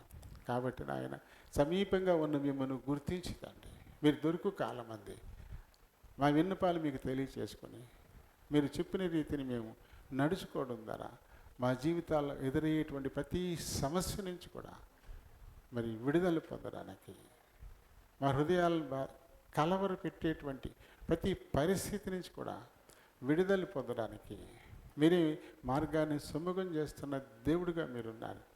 ఆయన మరి గుర్తించి దిద్దుకుని నడుచుకునేలా సహాయం చేయండి. ఇప్పుడు ఆరాధించబోతున్నారు, మీరు ఆత్మయ్య ఉన్నారు కనుక ఆత్మతో సత్యంతో ఆరాధించడానికి సహాయం చేయమని ప్రభువును మా రక్షకుడునైనా యేసునామని అడిగి వేడుకుంటూ ఉన్నాను మా పరమ తండ్రి, ఆమేన్. హెబ్రీలకు రాసిన పత్రిక 12వ అధ్యాయం 14 నుంచి 17 వరకు మనం కలిసి చదువుదాం. అందరితో సమాధానమును పరిశుద్ధతయు కలిగి ఉండుటకు ప్రయత్నించుడి. పరిశుద్ధత లేకుండా ఎవడనూ ప్రభువును చూడడు. మీలో ఎవడైనను దేవుని కృపను పొందకుండా తప్పిపోవునేమో అనియు, చేదైన వేరు ఏదైనను మొలచి కలవరపరచుట వలన అనేకులు అపవిత్రులైపోదురేమో అనియు, ఒక పూట కూటి కొరకు తన జ్యేష్ఠత్వపు హక్కును అమ్మివేసిన ఏశావు వంటి భ్రష్టుడైనను వ్యభిచారి అయినను ఉండినేమో అనియు జాగ్రత్తగా చూచుకొనండి. ఏశావు ఆ తరువాత ఆశీర్వాదము పొందగోరి కన్నీళ్లు విడుచుచు దాని కొసరము శ్రద్ధతో వెదికినను మారు మనసు పొందని అవకాశము దొరకక విసర్జింపబడినని మీరు ఎరుగుదురు. దేవుడి పరిశుద్ధ వాక్యం దీవించును గాక. ఆమేన్. చిన్న ప్రార్థన చెప్పుకుందాం. కనికర సంపన్నుడా, వందనాలు, స్తోత్రాలు. మరొక మారు మీ కృపాసన యుద్ధకు వస్తూ ఉన్నాం. మా వెనుకడిలోనికి తేబడిన లేఖన భాగాన్ని దీవించండి. ఈ లేఖనాన్ని బట్టి దీని నుండి బలహీన ప్రభా నేను మరొక మారు నిలబడబోతున్నాను. నన్ను ఖాళీ చేయండి, మీ చిత్తానుసారమైన మాటలన్నింటినీ పేరు మాట్లాడుకుని మహిమ తెచ్చుకోండి. చేర్చబడిన మా ప్రియులను బట్టి వందనాలు, స్తోత్రాలు. నీ కొద్ది సమయం తమ హృదయాలు చెవులు నీ పరలోకపు గవిని వైపు కేంద్రీకరించులాగానే సహాయం చేయమని ప్రభువైన యేసునామమున అడిగి పెడుకుంటున్నాను మా పరమ తండ్రి, ఆమేన్. Praise the lord. అత్యంత శ్రేష్టమైన సమయానికి ఇప్పుడు మనం వస్తున్నాం. ప్రభు దేహానికి సాదృశ్యమైన రొట్టె ఆయన రక్తానికి సాదృశ్యమైన రసం మన మధ్యన ఉన్నాయి. దీనిలో మనం మరి పాలు పొందడానికి ఏ రీతి మనల్ని మనం సరిచూసుకోవాలా అనే సందర్భానికి మనం వచ్చాం. మరి మన పితరుడైనటువంటి పౌలు హెబ్రీ సంఘానికి ఆయన రాస్తూ ఇప్పుడు మనతో కూడా మాట్లాడుతూ ఉన్నాడు. ఎవరైతే ప్రభు దేహంలోనూ రక్తంలోనూ పాలు పొందాలని ఆశపడుతూ ఉన్నారో అలాంటి వారు ఎలా ఉండాలా అంటే అందరితోనూ సమాధానంగా ఉండాలి. మనం ఈరోజు చదివిన లేఖన భాగం కూడా ఉంది కదా, సమాధానమును వెదకి దానిని వెంటాడండి అన్నాడు. అంటే బలలో పాలు పొందేటువంటి వారికి సమాధానం అనేది చాలా అవసరం. అలాగే ప్రభు అయితే చెప్పారు ఇంకొక మాట, నువ్వు సమర్పణ సమయానికి వచ్చి పెట్టెలో నీ చేతిని ఉంచాలని మీరు అనుకున్నప్పుడు ఆ సమయానికి ఎవరితోటైనా నీకు అసమాధాన పరిస్థితి ఉందనే సంగతి గుర్తొస్తే నువ్వు వెంటనే ఏం చేయాలా, అర్పణ అక్కడే పెట్టిపోయి సమాధానపడి అప్పుడు వచ్చి అని చెప్పారు ఆయన. అంటే విశ్వాసి జీవితంలో సమాధానానికి చాలా ప్రాధాన్యత ఉంది. అది లేని సమయాల్లో మనం ఖచ్చితంగా పరిశుద్ధతను కలిగి ఉండలేము. సమాధానం లేని పరిస్థితి మన పరిశుద్ధతను పాడు చేసేస్తుంది. సమాధానం లేనప్పుడు అక్కడ ఏముంటుంది, కలహం ఉంటుంది. సమాధానం లేనప్పుడు ఖచ్చితంగా కలహం ఉందని అర్థం. సమాధానం ఉన్న చోట కలహం ఉండదు, కలహం ఉంటే సమాధానం ఉండదు. మరి కలహపడుతూ ఉన్నప్పుడు ఏ రీతి మనం పరిశుద్ధంగా ఉండగలుగుతాం? కాబట్టి ఏం చేయాలంట, పరిశుద్ధత ఈ సమాధానం రెండు కూడా కలిగి ఉండడానికి ఖచ్చితంగా ప్రయత్నించాలంటే ఇది తప్పనిసరి. ఇది పాలలో పాలు పొందడానికి మామూలుగా అందరూ కూడా విశ్వాసులు ప్రయత్నిస్తూ ఉండాలా. ఇది బలలో పాలు పొందడానికి వచ్చేసరికి ఖచ్చితంగా అవి కలిగి ఉండాల్సిందే. ఇక చేద్దాం ప్రయత్నం చేద్దాం అనడానికి ఇక్కడ లేదు. ఇంకా అలా ప్రయత్నం చేసే ఉద్దేశం అంటే ప్రయత్నం చేసి ఆ తర్వాత వచ్చి పాలు పొందాలి. పొందేటప్పటికి ఇంకా ప్రయత్నం చేద్దాం లేదు. పరిశుద్ధత లేకుండా ఎవ్వరు కూడా ప్రభువుని చూడడు కదా. పరిశుద్ధత లేకుండా 15వ కీర్తన కానీ 24వ కీర్తన 3 నుంచి కానీ చదవక్కర్లేదులే, అక్కడ ఉంటాయి. ఎవరు ప్రభు యొక్క గుడారంలో ఉంటారు, ఎవరు ఆయన యొక్క పరిశుద్ధ పర్వతం మీద ఉంటారు, ఎవరంటే పరిశుద్ధులు మాత్రమే అని అందుకు సంబంధించిన కొన్ని వచనాలు మనం చదువుతాం. కానీ ప్రభువును మనం చూడాలంటే ఆయన పరిశుద్ధుడు కాబట్టి ఇందులో 11:6 చదవండి. హెబ్రీ 11:6. విశ్వాసం లేకుండా దేవునికి ఇష్టడై ఉండడం అసాధ్యం. దేవుని యొద్దకు వచ్చేవాడు ఆయన ఉన్నాడనియు తన్ను వెదుకు వారికి ఫలము దయచేవాడనియు నమ్మవలెను కదా. ఆయన పరిశుద్ధుడైన దేవుడు కాబట్టి ఆయన వల్లే పరిశుద్ధులుగా మనం ఉండాలంటే ఆయన మీద మనకు అపారమైన విశ్వాసం ఉండాలి. విశ్వాసం లేకపోతే ఆయనకి ఇష్టలంగా మనం ఉండలేం. పరిశుద్ధులు మాత్రమే ఆయనకి ఇష్టలు, ఆయన పరిశుద్ధుడు కాబట్టి మన పరిశుద్ధతను పాడు చేసేటువంటి మరి అసమాధానం, అపవిత్రత, వీటిని ఖచ్చితంగా మనం దూరం చేసుకోవాలి. అవి ఉండడానికి ఏమాత్రం కూడా అవకాశం లేదు.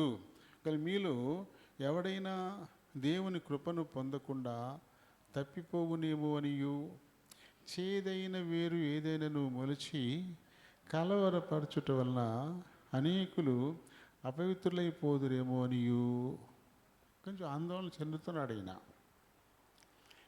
ఎలీషా సమయంలో వంట చేసుకోవడానికి శిష్యులు వెళ్ళి కూర మొక్కలు కొన్ని కోసుకొచ్చారు. వాళ్ళకే తెలియకుండా అందులో కూర మొక్క కానిది కూడా కోసుకొచ్చేసారు. కూర మొక్క కానిది కూడా కోసుకొచ్చేసారు. కోసుకొచ్చి అవి వండేసిన తర్వాత ఆ వంటకాన్ని ఎవరు ఎలా ఉందని ఇలా టేస్ట్ చేసేటప్పటికి అది పాడైపోయింది, విషతుల్యం అయిపోయిందనే సంగతి గుర్తించారు. గుర్తించి ఎలీషా దగ్గరికి వచ్చి, అయ్యా ఈ వంటకంలో విషం ఉంది అని చెప్పి వారు చెప్పారు. అంటే ఆ సంగతి వారికి తెలియదు. అన్ని కూర మొక్కల్ని తెంచుకొస్తున్నాం కదా అనుకున్నారు. ఆ కూర మొక్కల మధ్యన చాటున దాక్కుని ఉండిపోయింది కూర మొక్క కానిది, చెడగొట్టేది.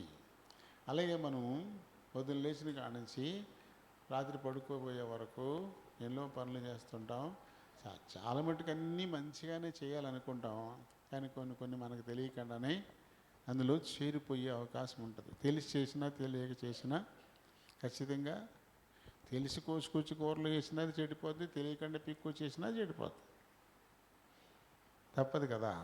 కాబట్టి మరి చేదైన వేరు అన్నాడు. అలాంటిది ఒకవేళ మనకే తెలియకుండా అందులో చేరిపోయి పాడైపోయేటువంటి అవకాశం మరి ఉంటుందేమో అంటాడు. జాగ్రత్త చూసుకోవాలన్నమాట, జాగ్రత్తగా చూసుకోవాలి. అనేకులు అపవిత్రులైపోదురేమో అని అన్నాడు. ఎందుకంటే అయిపోయాడు, ఆశీర్వాదాన్ని పోగొట్టుకున్నాడు.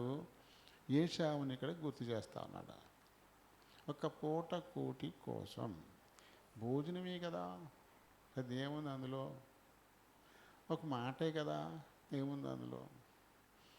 యాకోబు వండుకున్న వంటకాన్ని ఆశించి ఏశావు నాకు పెట్టమని అడిగాడు. ఆదికాండం 25వ అధ్యాయంలో ఉంటుంది, ఇది 34వ అధ్యాయం వచ్చిన దగ్గర ఉంటుంది. బయటికి వెళ్ళాడు, తను వేటాడి బతికేవాడు. ఆ రోజు వేట జరిగే ఫలించలేదు, తినడానికి ఏం దొరకలేదు. మధ్యాహ్నం ఆకలితో వచ్చాడు. ఆ సమయంలో తమ్ముడేమో ఏదో రంగురంగుల వంటకం చేసుకుంటున్నాడు, కలగూర గంప. అది చూశాడు. సామెత ఉంటుంది కదా మనకి, ఏంటంటే ఆకలి రుచి ఎరగదు, నిద్ర సుఖం ఎరగదని. బాగా నిద్ర వస్తే రాళ్ళ మీద పడుకున్న నిద్ర అవుతారు కుర్రట్టి. బాగా నిద్ర రాకపోతే పరుపు మీద పడుకున్న నిద్ర రాదు. అలాగే బాగా ఆకలి అయితే కూరలో ఉప్పు ఉందా ఉప్పు లేదో కూడా తెలియదు. గబగబ 4 ముద్దలు తినేసాక కూరలో ఉప్పు తెలీదా, ముందు తెలియదు పాపం. 4 వెళ్ళిపోయిన తర్వాత అప్పుడు ఉప్పు లేదన్న సంగతి తెలుస్తుంది, అంతే కదా. ఈయనకి ఇప్పుడు కడుపు ఆకలి మండేసరికల్లా జ్యేష్ఠత్వం విలువ తెలకుండా పోయింది. ఆ కాస్తంత ఆకలికి జ్యేష్ఠత్వం విలువ తెలకుండా పోయింది. యాకోబు గారు ఏం చేశాడు, అమ్మా నేను ఎంత ప్రయాసపడి నేనంతా వండుకుంటా ఉంటే నీకు ఊరికనే ఇచ్చేస్తానా? మరి ఏం కావాలి చెప్పరా బాబు, నాకేం వేట దొరకలేదు ఎలా అని చెప్పాను. నీ జ్యేష్ఠత్వం ఇచ్చేస్తావా అన్నాడు. నీ జ్యేష్ఠత్వం ఇచ్చేస్తావా అంటే అంతే, నేను చచ్చాక ఇంకా నువ్వే జ్యేష్ఠుడు కదా, మన ఇద్దరమే ఉన్నదే, నేను పోతే జ్యేష్ఠుడైన కనిష్ఠుడు ఇక నువ్వే, కాబట్టి ఇంకా జ్యేష్ఠత్వం నాకేం చేస్తుంది, నేను చేస్తే తీసేసుకోమని చెప్పేసి మాట ఇచ్చేసాడు. జ్యేష్ఠత్వాన్ని ఇచ్చేసాడు. జ్యేష్ఠత్వం ఊరికనే వచ్చేద్దాం మనకి? మనం తొలిచూరుగా పుట్టాలంటే పుట్టగలమా మనం? అది దేవుడు కదా ఇవ్వాలి. దేవుడిచ్చిన జ్యేష్ఠత్వాన్ని చాలా నిర్లక్ష్యం చేశాడు, తృణీకరించాడు, దాని విలువ తెలవకుండా నడుచుకున్నాడు. ఒక పూట కోటి కోసం జ్యేష్ఠత్వాన్ని అమ్మేసుకున్నాడు. కాబట్టి భ్రష్టుడు అనేటువంటి మాట ఆయన గురించి వాడబడింది. ఒక పూట కోటి కోసం జ్యేష్ఠత్వాన్ని అమ్ముకున్న ఏశావు వంటి భ్రష్టుడైనను మీలో ఉండకుండా చూసుకోండి అనేటువంటి మాట మనం ఇక్కడ చూస్తాం. చూడండి, అమ్మవేసిన ఏశావు వంటి భ్రష్టుడైన వ్యభిచారి అయినను ఉండినేమో అనియు చాలా జాగ్రత్తగా చూసుకోండి. అయిపోయింది, అమ్మేసుకున్నాడు కదా. కాబట్టి ఇస్సాకు జ్యేష్ఠుడికి ఆశీర్వాదం ఇవ్వాలి. ఇస్సాకు జ్యేష్ఠుడికి ఆశీర్వాదం ఇవ్వాలి. అంటే ఆశీర్వాదాలకి నిజంగా వారసుడు ఏశావే. కానీ ఆయన మామూలుగా టెక్నికల్గా ఏమైపోయాడు, జ్యేష్ఠత్వాన్ని కోల్పోయాడు కదా, ఇచ్చేసాడు, అమ్మేశాడు. కాబట్టి యాకోబుకి వచ్చేసినాయి అన్నీ. దేవుడు అనుమతించాడు, ఊరుకున్నాడు. లేకపోతే ఇస్సాకి బాగా తెలియపరిచి, లేదు వీడు మోసగా వచ్చాడు యాకోబు, నీవు జ్యేష్ఠుడు కాదని దేవుడు చెప్పలేడా? మరి ఇస్సాకు ఎన్ని రకాలుగా ప్రయత్నాలు చేసినా ఒళ్ళు తరువు చూశాడు, ఆ వాసన చూశాడు, ఆ స్వరం మళ్ళీ వేరుగా ఉందన్నాడు. ఎన్నన్నా సరే ఆశీర్వాదం పోకుండా మారిందా? ఆశీర్వాదాలన్నీ యాకోబుకి వచ్చేసాయి. ఎందుకంటే ఏసేవే ఆ పని చేసుకున్నాడు. దేవుడు చూస్తున్నాడు, నేను కాదు ఇక చేస్తుండే, నా జ్యేష్ఠత్వాన్ని నీకు ఇచ్చేసానని చెప్పేశాడు. అది దేవుని వినేశాడు. కాబట్టి జ్యేష్ఠుడికి రావాల్సిన ఆశీర్వాదాలన్నీ యాకోబుకి వచ్చేసినాయి. తనే జ్యేష్ఠుడు అయిపోయాడు. కాబట్టి ఆ తర్వాత ఆశీర్వాదం కోసం వచ్చి పాపం ఏడుస్తాడు. మళ్ళీ ఇస్సాకు దగ్గరికి వచ్చి, నాన్న తిను, ఆశీర్వదించు అంటాడు. అదేంటి బాబు, ఇప్పుడే కదా తిన్నాను, ఇప్పుడే కదా దీవించేశాను, ఇంకా ఏంటంటే బాబు నేను కాదు, నేను ఇప్పుడే వచ్చాను, మరి ఇందాక వచ్చింది ఎవరు? ఆ తర్వాత ఏడుస్తాడు. ఒక్క ఆశీర్వాదం అని లేదా, ఒక్క దీవెన అని లేదా నాన్న అని ఏడుస్తాడు. ఏడిసినా ఉన్నాయా, వచ్చాయా అంటే లేదు. కాబట్టి చిన్న చిన్న ఆకర్షణల, చిన్న చిన్న కోరికల, అది లేనంత మాత్రాన మనం ఏమి చచ్చిపోం. అయినా సరే మరి మొన్న బోనపల్లి వెళ్ళాం కదా, బోనపల్లి మీరు వచ్చేసిన తర్వాత లోపలికి కాసేపు కూర్చుంటే ఒక ఆవిడ అబ్బాయిని తీసుకొచ్చింది. ఆ అబ్బాయి పిప్రా పబ్లిక్ స్కూల్లోను జూనియర్ ఇంటర్ చదువుతున్నారంట. పిప్రా పబ్లిక్ స్కూల్లో జూనియర్ ఇంటర్ చదువుతున్నారంట. స్కూల్ ఏదో ఫంక్షన్ చేస్తుంటే నేను సెల్ ఫోన్ పట్టుకెళ్తాను అంట. అది 16,000 స్మార్ట్ ఫోను, అది పట్టుకెళ్తాను అంట. వద్దు బాబా, దుబ్బెత్తరు, ఇంత ఖరీదైన ఫోన్ స్కూల్లోకి ఎందుకు, వద్దు, ఆ ఫోన్ లేకపోతే చచ్చిపోతామేంటి, ఈ ఫోన్ అంటామని చెప్పేసి వాళ్ళ అమ్మ కొంచెం గద్దించిందంట. ఎప్పుడు తోటలో ఏదో మొక్కలు గీయడం కోసమని పురుగు మందు తెచ్చారంట 3 నెలల క్రితం. అది ఇంట్లో ఉందంట పైన. అది తాగేసాడు. తాగేసి మళ్ళీ తాగేసి మంచమే పడుకున్నాడు అంతే, తాగేసి. మా తర్వాత నొకర్లు వచ్చేసి కొట్టుకుంటూ ఉంటే చూసి బాబోయ్ అని చెప్పేసి దేవారం పట్టుకెళ్ళిపోతే ఒక వారం రోజులు 11 రోజులు ఐసీయూలో ఉంచారు అక్కడండి. మొత్తం మీద బతికొచ్చాడు. అయితే ఈ విషయం వల్ల లోపల ఆర్గాన్స్ చాలా బలహీనమైపోతాయి. పైకి బాగానే ఉంటాడు, లోపల ఆర్గాన్లు పాడైపోతాయి. అవి మళ్ళీ తిరిగి బలపడాలి. ఈ లోపల అందుకని ఇప్పుడు ఇంటర్మీడియట్ పరీక్షలు అత్తకలేదాడు, పరీక్షలకు వెళ్ళలేదు, అలా నీరసంగా అలా ఉండిపోయాడు ఇంటికాడ. చూడండి ఎలా చేశాడు. ఆ సెల్ ఫోన్ పట్టుకెళ్ళకపోతే ఏమవుతాడికి? దానికోసం ఇక ప్రాణమే తీసేసుకుంటాడా? చేదైన వేరు, ఒక చిన్న బలహీనత, ఇలాంటివి వచ్చి మన పరిశుద్ధతను, మన యథార్థతను కొట్టేస్తాయి. అందుకని చాలా జాగ్రత్తగా ఉండాలంటాడు. తిండి కోసం, ఓ పూట భోజనం కోసం దేవుడు ఎంతో ప్రేమించి తనకిచ్చిన జ్యేష్ఠత్వాన్ని అమ్మేసుకున్నాడు. అలాంటి వాళ్ళు ఎవరైనా మరి ఉంటారేమో జాగ్రత్త చూసుకోమంటున్నాడు. అలాగే ప్రభు బలలో మనం పొందుతున్న వారమే. ఈ వారం దినాల్లో ఎక్కడైనా మనం ఒకవేళ జారిపోయామేమో, ఎక్కడైనా పొరపాటున చిన్న చిన్న విషయాల్లో దారి తొలగిపోయామేమో, దేవుని చిత్తానికి విరుద్ధమైనటువంటి పనులు చేసుకొచ్చామేమో.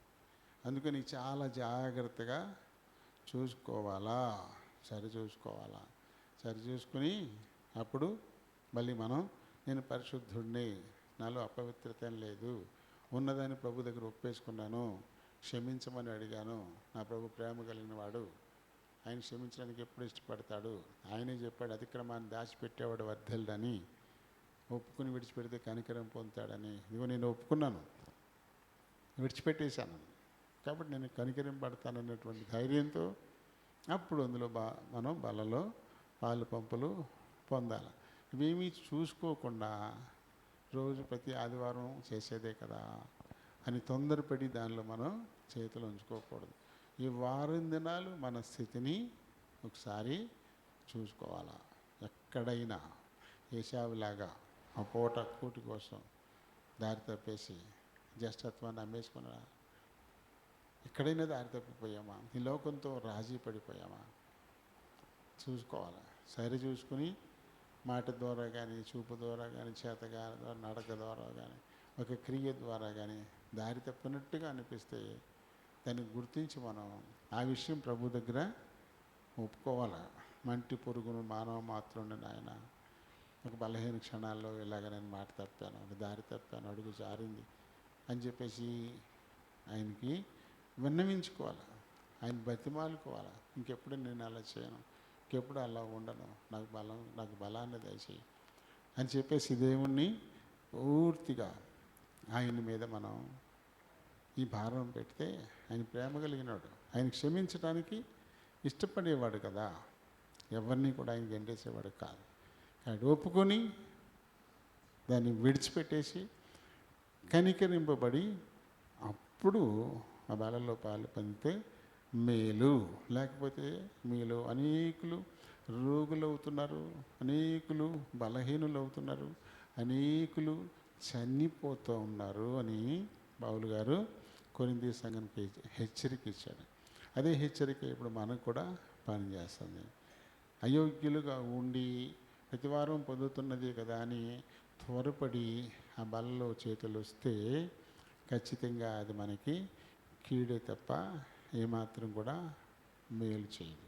అందుకని పరిశీలించుకొని తగిన యోగ్యతతో పాలు పొందుదాం. దేవుడి మాటల్ని దీవించునుగాక.